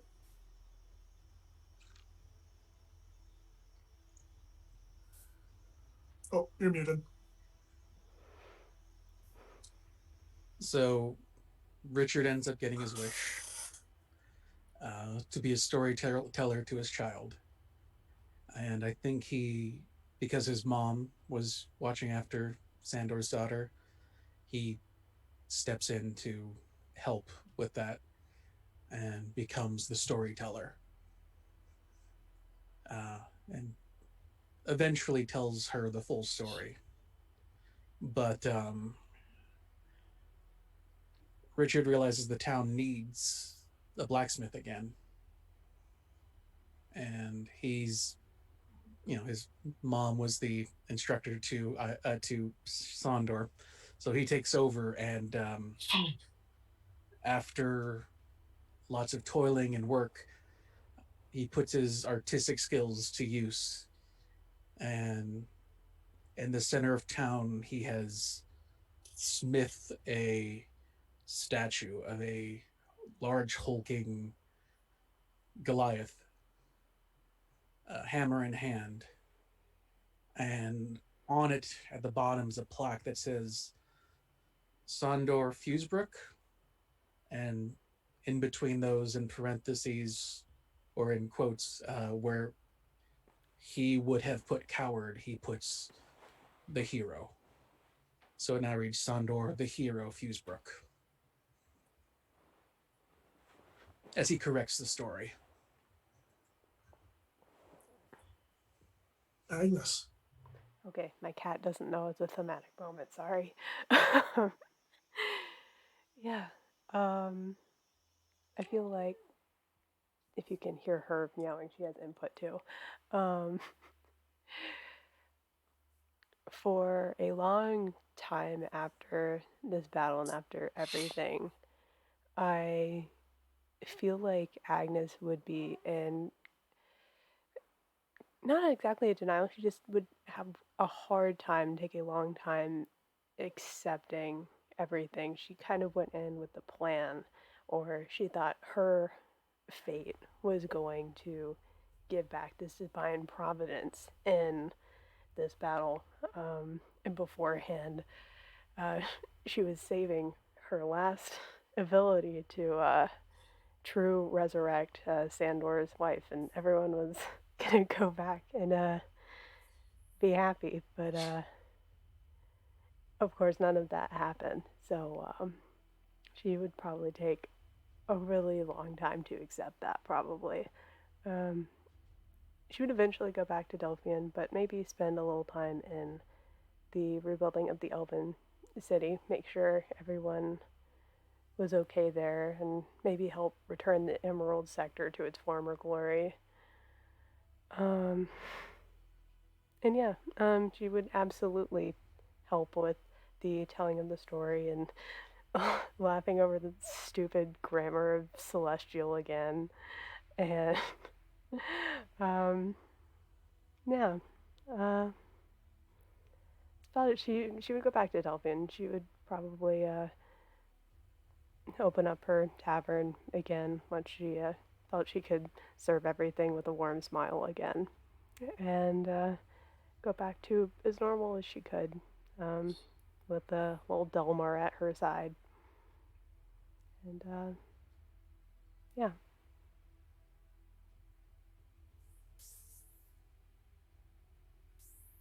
And before we get to Sandor,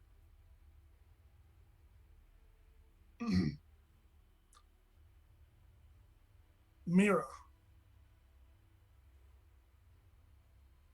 do you ever look and try to research more in that book?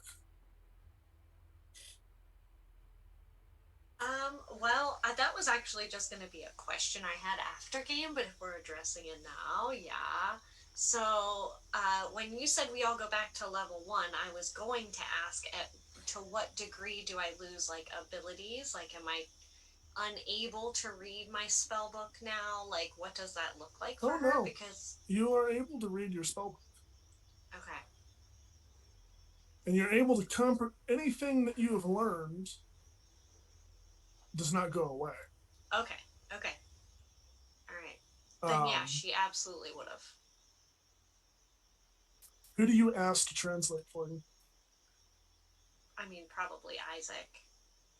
If Agnes is in the Elven city and kind of traveling around her if she was around, but if not, I would have. Especially in those like first few months when Agnes is still away, and you two have probably returned to Delphian, spending time looking through the book. Yes. I Um, probably likely would have been trying to figure out a way to get Sandor back to be realistic, but knowing that that was probably impossible. But that's what I would have been looking for in that book for sure.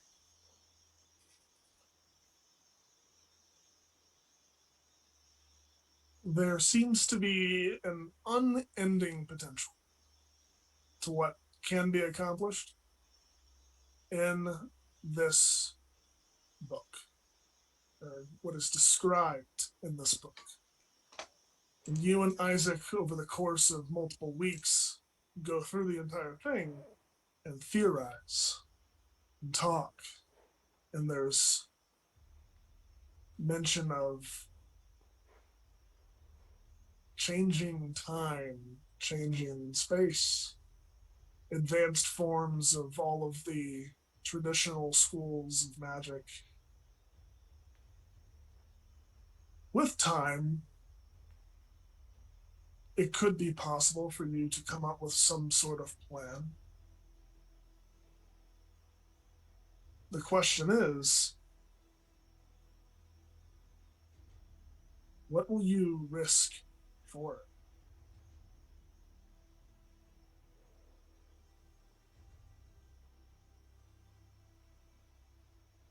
Would you risk opening Pandora's box to save your friend?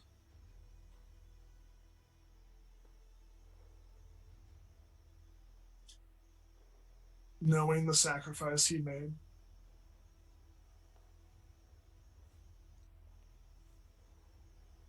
Not immediately, no.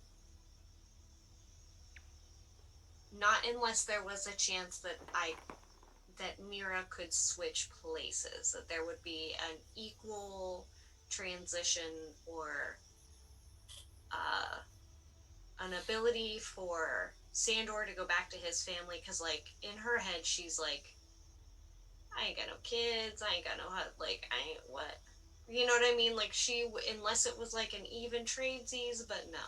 She wouldn't just, like, try to rip him out of there with nothing to replace.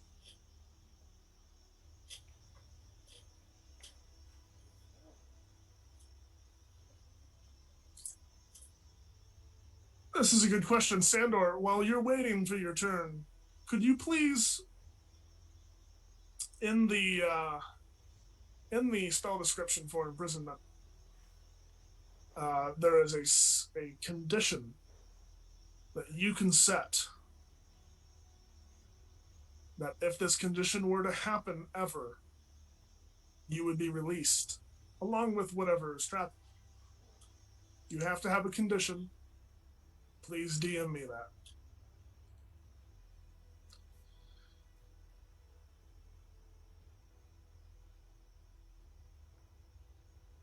I'll come back to you, Chris.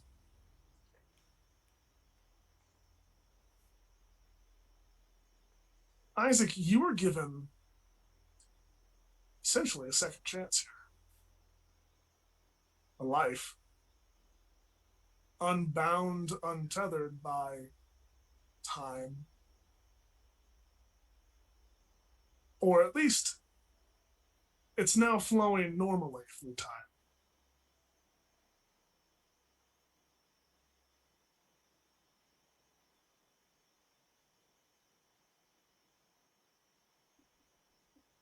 Would you ever temper with time magic again? I don't think so. I don't think he has a second thought of it. Being free, being able to have a normal life, a mundane existence, and thankful for everything Sandor gave up for. I mean, he gave it up for everyone, but Isaac had no other way of getting out. He was there was no survival for him besides going in there, and Sandor found a way to break that, and he does his best to live his life as fully as he can. Um, I don't think he really even dabbles in magic anymore. Like I said, he makes a clock tower and he does it as work because it's what he knew, but um, a lot of it was a force of his existence, and that's why he did it, not because he really wanted to. And so I think he spends a lot more time. He still does a lot of. He has a jeweler's kit too, and he spends a lot more time making art out of it, and less about the mechanics that had kind of been forced on him, and more about making artistic pieces and jewelry, that kind of stuff. His calligraphy, um, you know, writing everything down that had happened in the eons of time that he had existed for.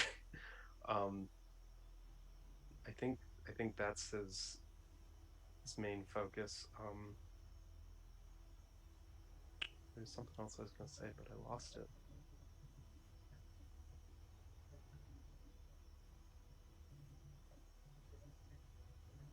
Oh, I think he spends a lot of times trying to re-celebrate the holidays that we've had at the beginning, and he particularly um, takes a lot of time focusing on the summer festival, um, burning and sacrificing those things that are not needed anymore in order to make greater things, and he spends a lot of time during This is a good point. that first summer, thinking about what Sandor did to sacrifice himself the same way his God had done before, and how it gave him his life. And I think he takes a lot of time and thinks about that, and that's kind of on that first year he kind of makes the realization that basically everything I said, that he's been given this second chance by Sandor, and he's not going to throw it away. He's not going to mess with time. He's not going to mess with the magic. So he'll entertain Mira and read the Celestial book to her, but he will very much insist that even a swap is not a good idea. That Sandor chose his sacrifice for us, and we should respect it because it means a lot.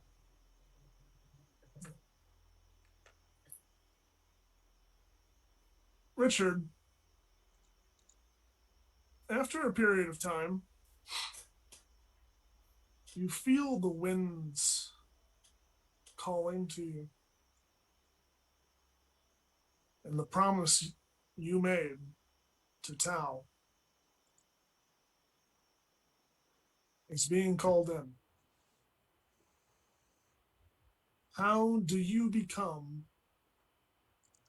the greatest storyteller ever to live?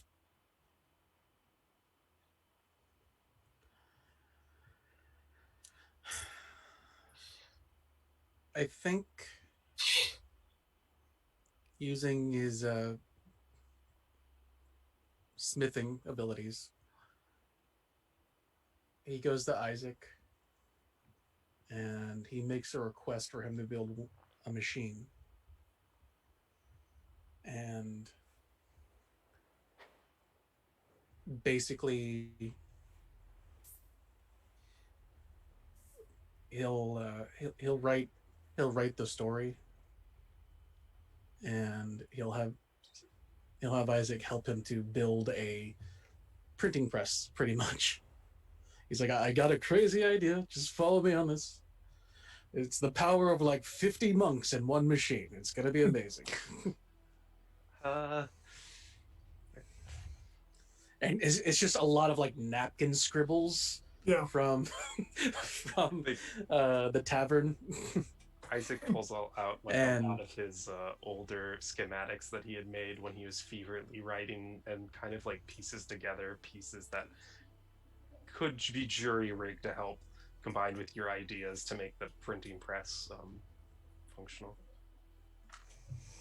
And it's like, we got a perfectly good clock tower here. There's a lot of room for a machine like this.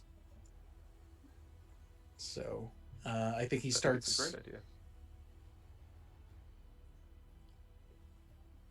Everyone's got to know. And, hopefully in time it's not read as a worry of this was something that could have happened. We were on the brink. Hopefully it becomes something more. Hopefully it becomes legend. And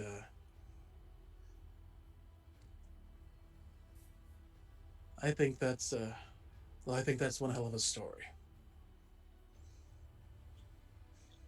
And I think he'll basically, get this published hell or high water, even if he has to like scratch and save to every little bit of coin that he can to get as many copies as he can out to the world. It is pretty easily done, considering that you amassed quite a respect from many prominent cities in the realm during your diplomatic efforts. And it is well dispersed. And it can be found in every library, every bookshop, everywhere, as far as you know. The last thing I need from you is the name.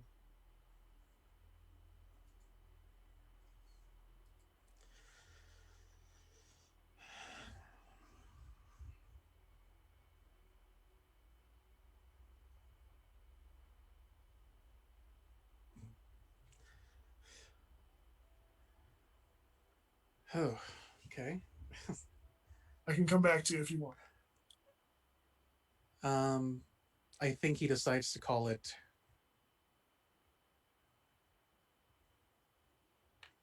Oh. Well, it's a story about the nothing and then the everything, and this is it's a story that was about a cycle that was constantly going,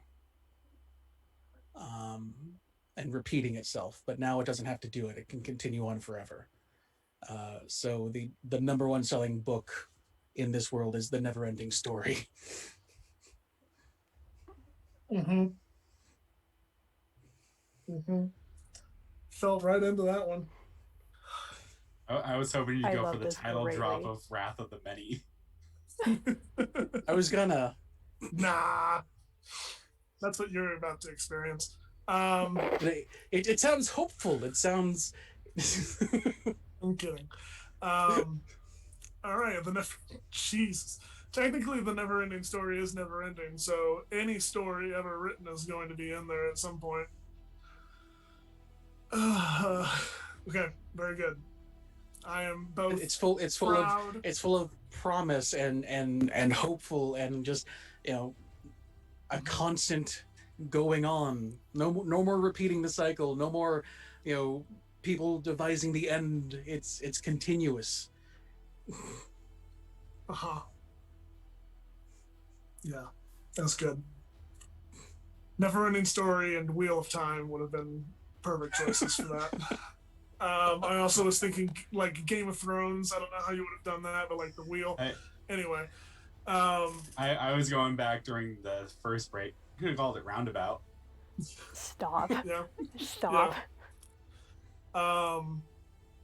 Agnes, when you return to the village, do you ever visit Sandor's wife's grave? All of the members of the village that died during this catastrophe have a burial site. Whether their bodies were found or not, they do have a burial site. Yeah, I think Do she you ever would. visit? You would find a very neatly dug mound with a headstone. And Sandor, in your backstory, I'm pretty sure you gave your wife a name. It was Tess. Tess Fusebrook. Mm-hmm. On it, it says Tess Fusebrook, wife of a legend, caring mother, sorely missed. You pay your respects. Yeah. Is there anything specific you do? I think, honestly, Given your intent. yeah, given intent, I think she would plant one of the seeds, one of the ever seeds behind the headstone.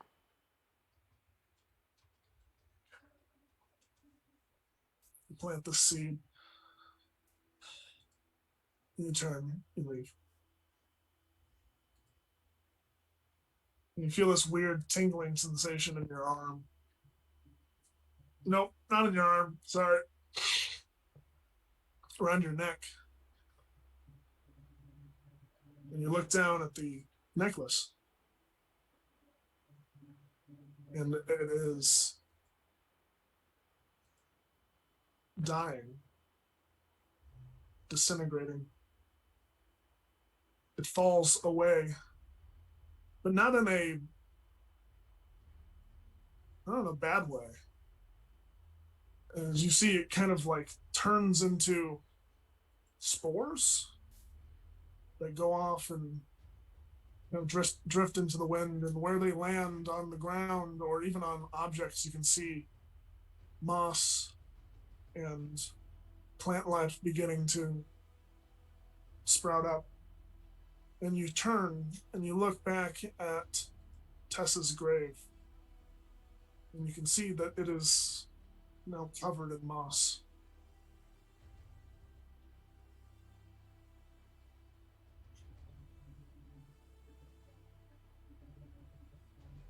And then you see it bulge. And you see it bulge again. And a hand hops free. Another. And emerging from Tessa's grave is Tess. Is she like okay? Like, did I just become a necromancer? I'm scared.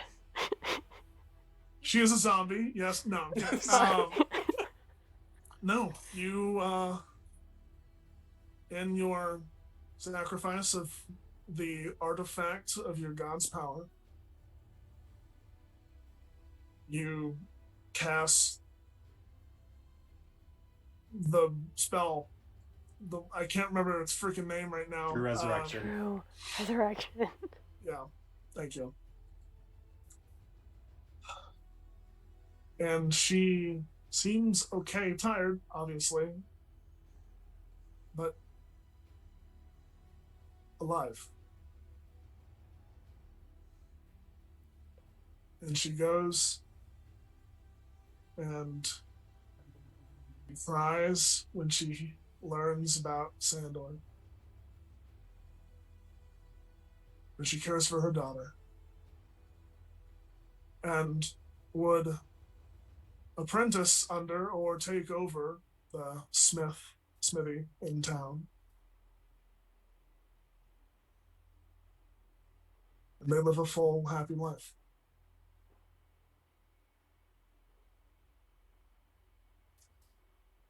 Sandor.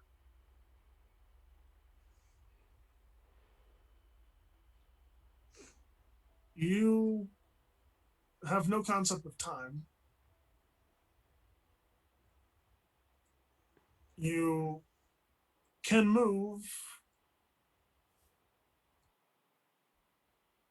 and there is, at least in the beginning, concerted effort on both sides, I am sure, to beat away at each other, you and the Dread Titan.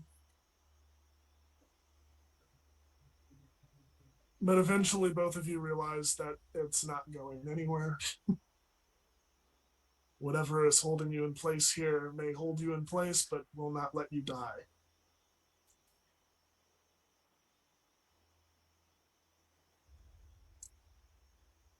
What do you do? Honestly, at that point, he would fully retreat into his mind and just live out the memories that he had in Delphi.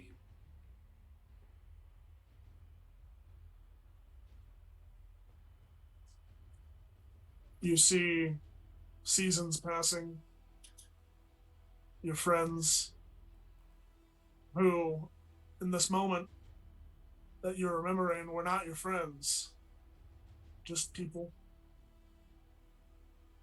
You see your wife and your daughter.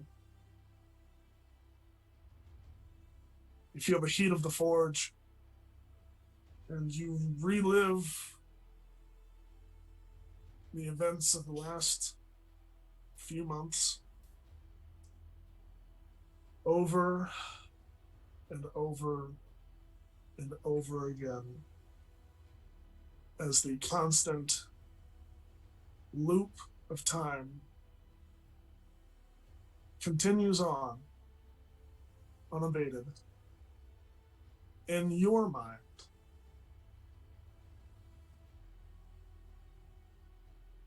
You don't know how much time has passed.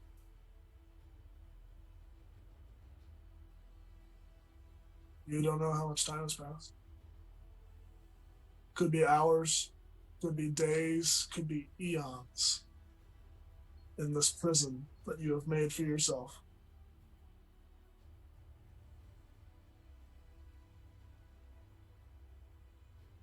You feel a brush of skin on your shoulder and feel a presence coming up behind you.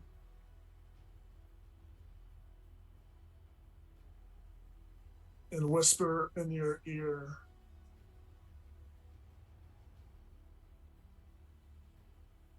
Sandor,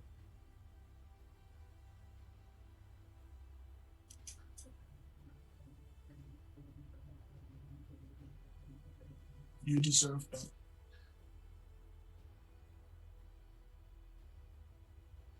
You turn around and you see Ada Markov.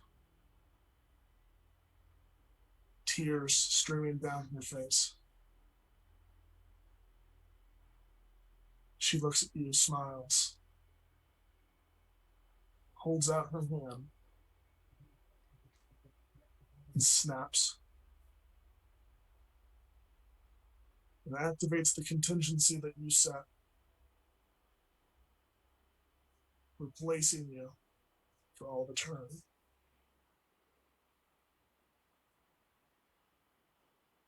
You appear back on top of that hilltop. Who knows how long it has been? But you're back. I assume the first thing you do is go back to town, where you will find a statue of yourself. The name Sandor Hero Fusebrook.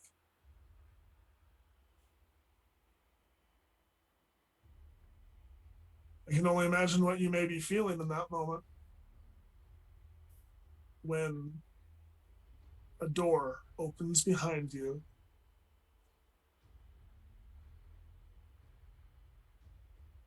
and you hear a voice. Sandor?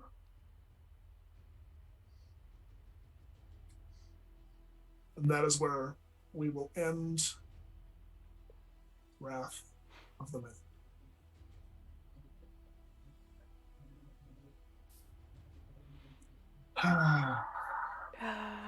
What a ride.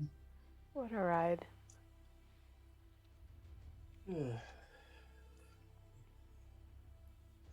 Let's do it Everyone again. got their Oh happy my God. ending.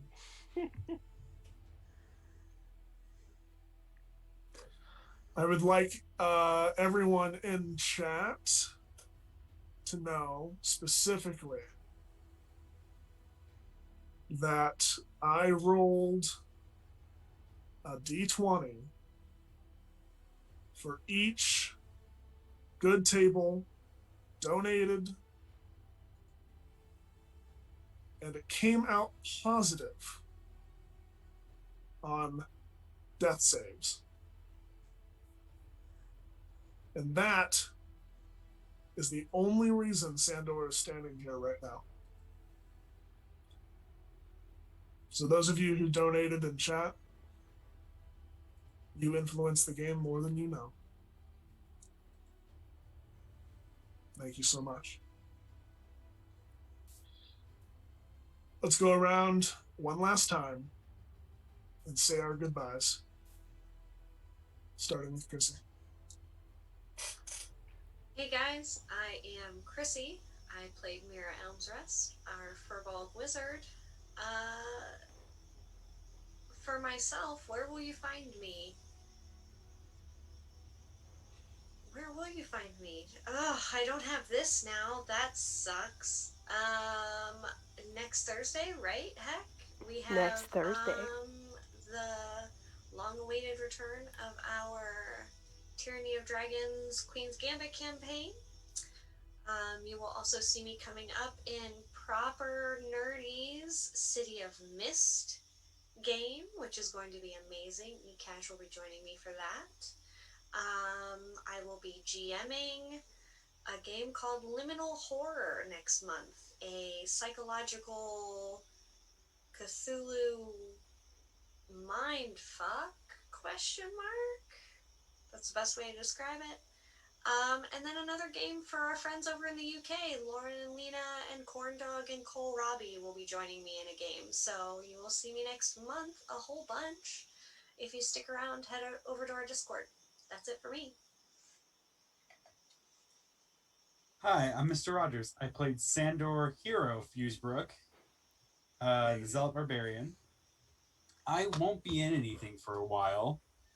Probably won't see me for over a month at this point, so I don't really have anything else to shout out, so I'll just pass it on to who's next.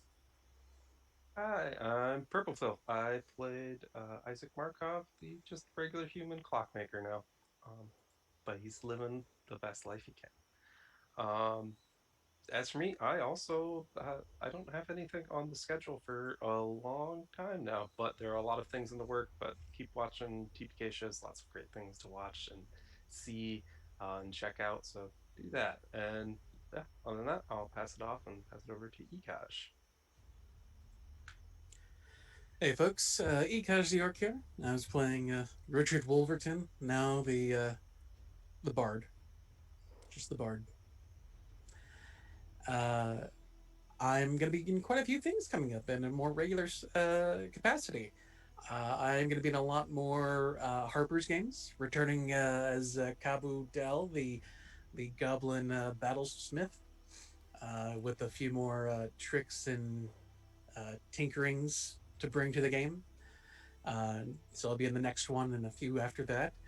And additionally, I'm going to be a regular, along with Chrissy, in the City of Mist game, where I am actually going to be returning, because it's going to be a reoccurring campaign.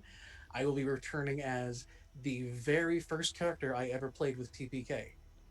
I'll be playing Job in that game. So that is definitely something I'm looking forward to, and hope that everyone will join as well. But otherwise, you can also find me on the TPK Discord. You can also find me at Ekaj the Orc on Twitter, where I'm usually just dropping memes and yelling into the void because it's Twitter. That's what you do. But yeah, that's pretty much everything for me. I'll go ahead and pass it on over to Heck. Hey guys, it's me, Sir Heckalot.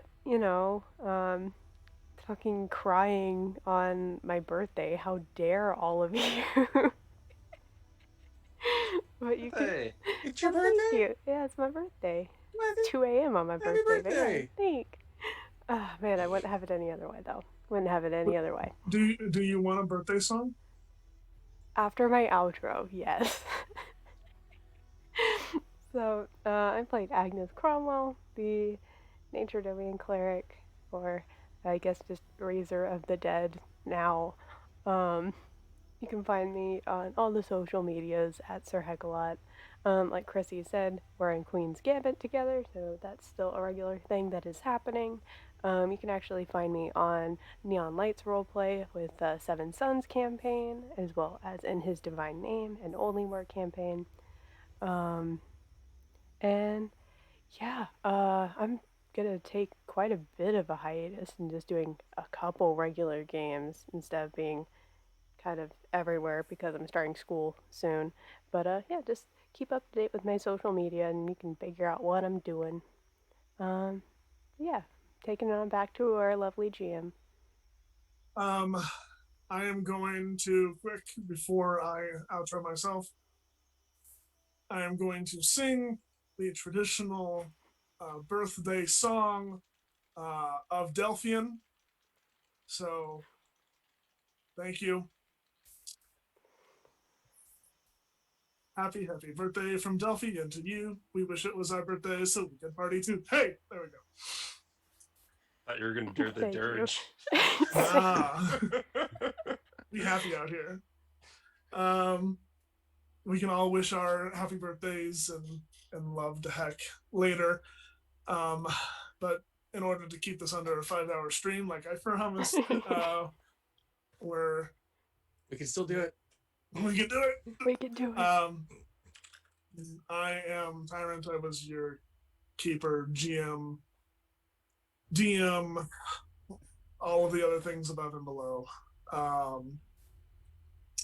This was an amazing campaign, and I hate that it had to be 4 episodes long instead of like 100 because good lord, this was so much fun. You can find me on Twitch and Twitter at Dr. Tyrant. I will be taking a pretty long hiatus until the 31st, where I will be returning for Dark Echoes, just Stride campaign here at TPK. And there will be no Murder and Coffee this month. We're taking a break from Murder and Coffee to plan and get everything in order. But over on Nat 20, I will be in Against the Tides, a almost exactly opposite campaign from this. This is level 20, we're level 2 and Against the Tides, so it's Divide by 10. yeah. Being low level scary, y'all.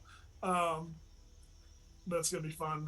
I'm excited to continue playing games with all of you fine people. It was such a pleasure to have all of you at my table for the first non one shot that I have ran at TBK.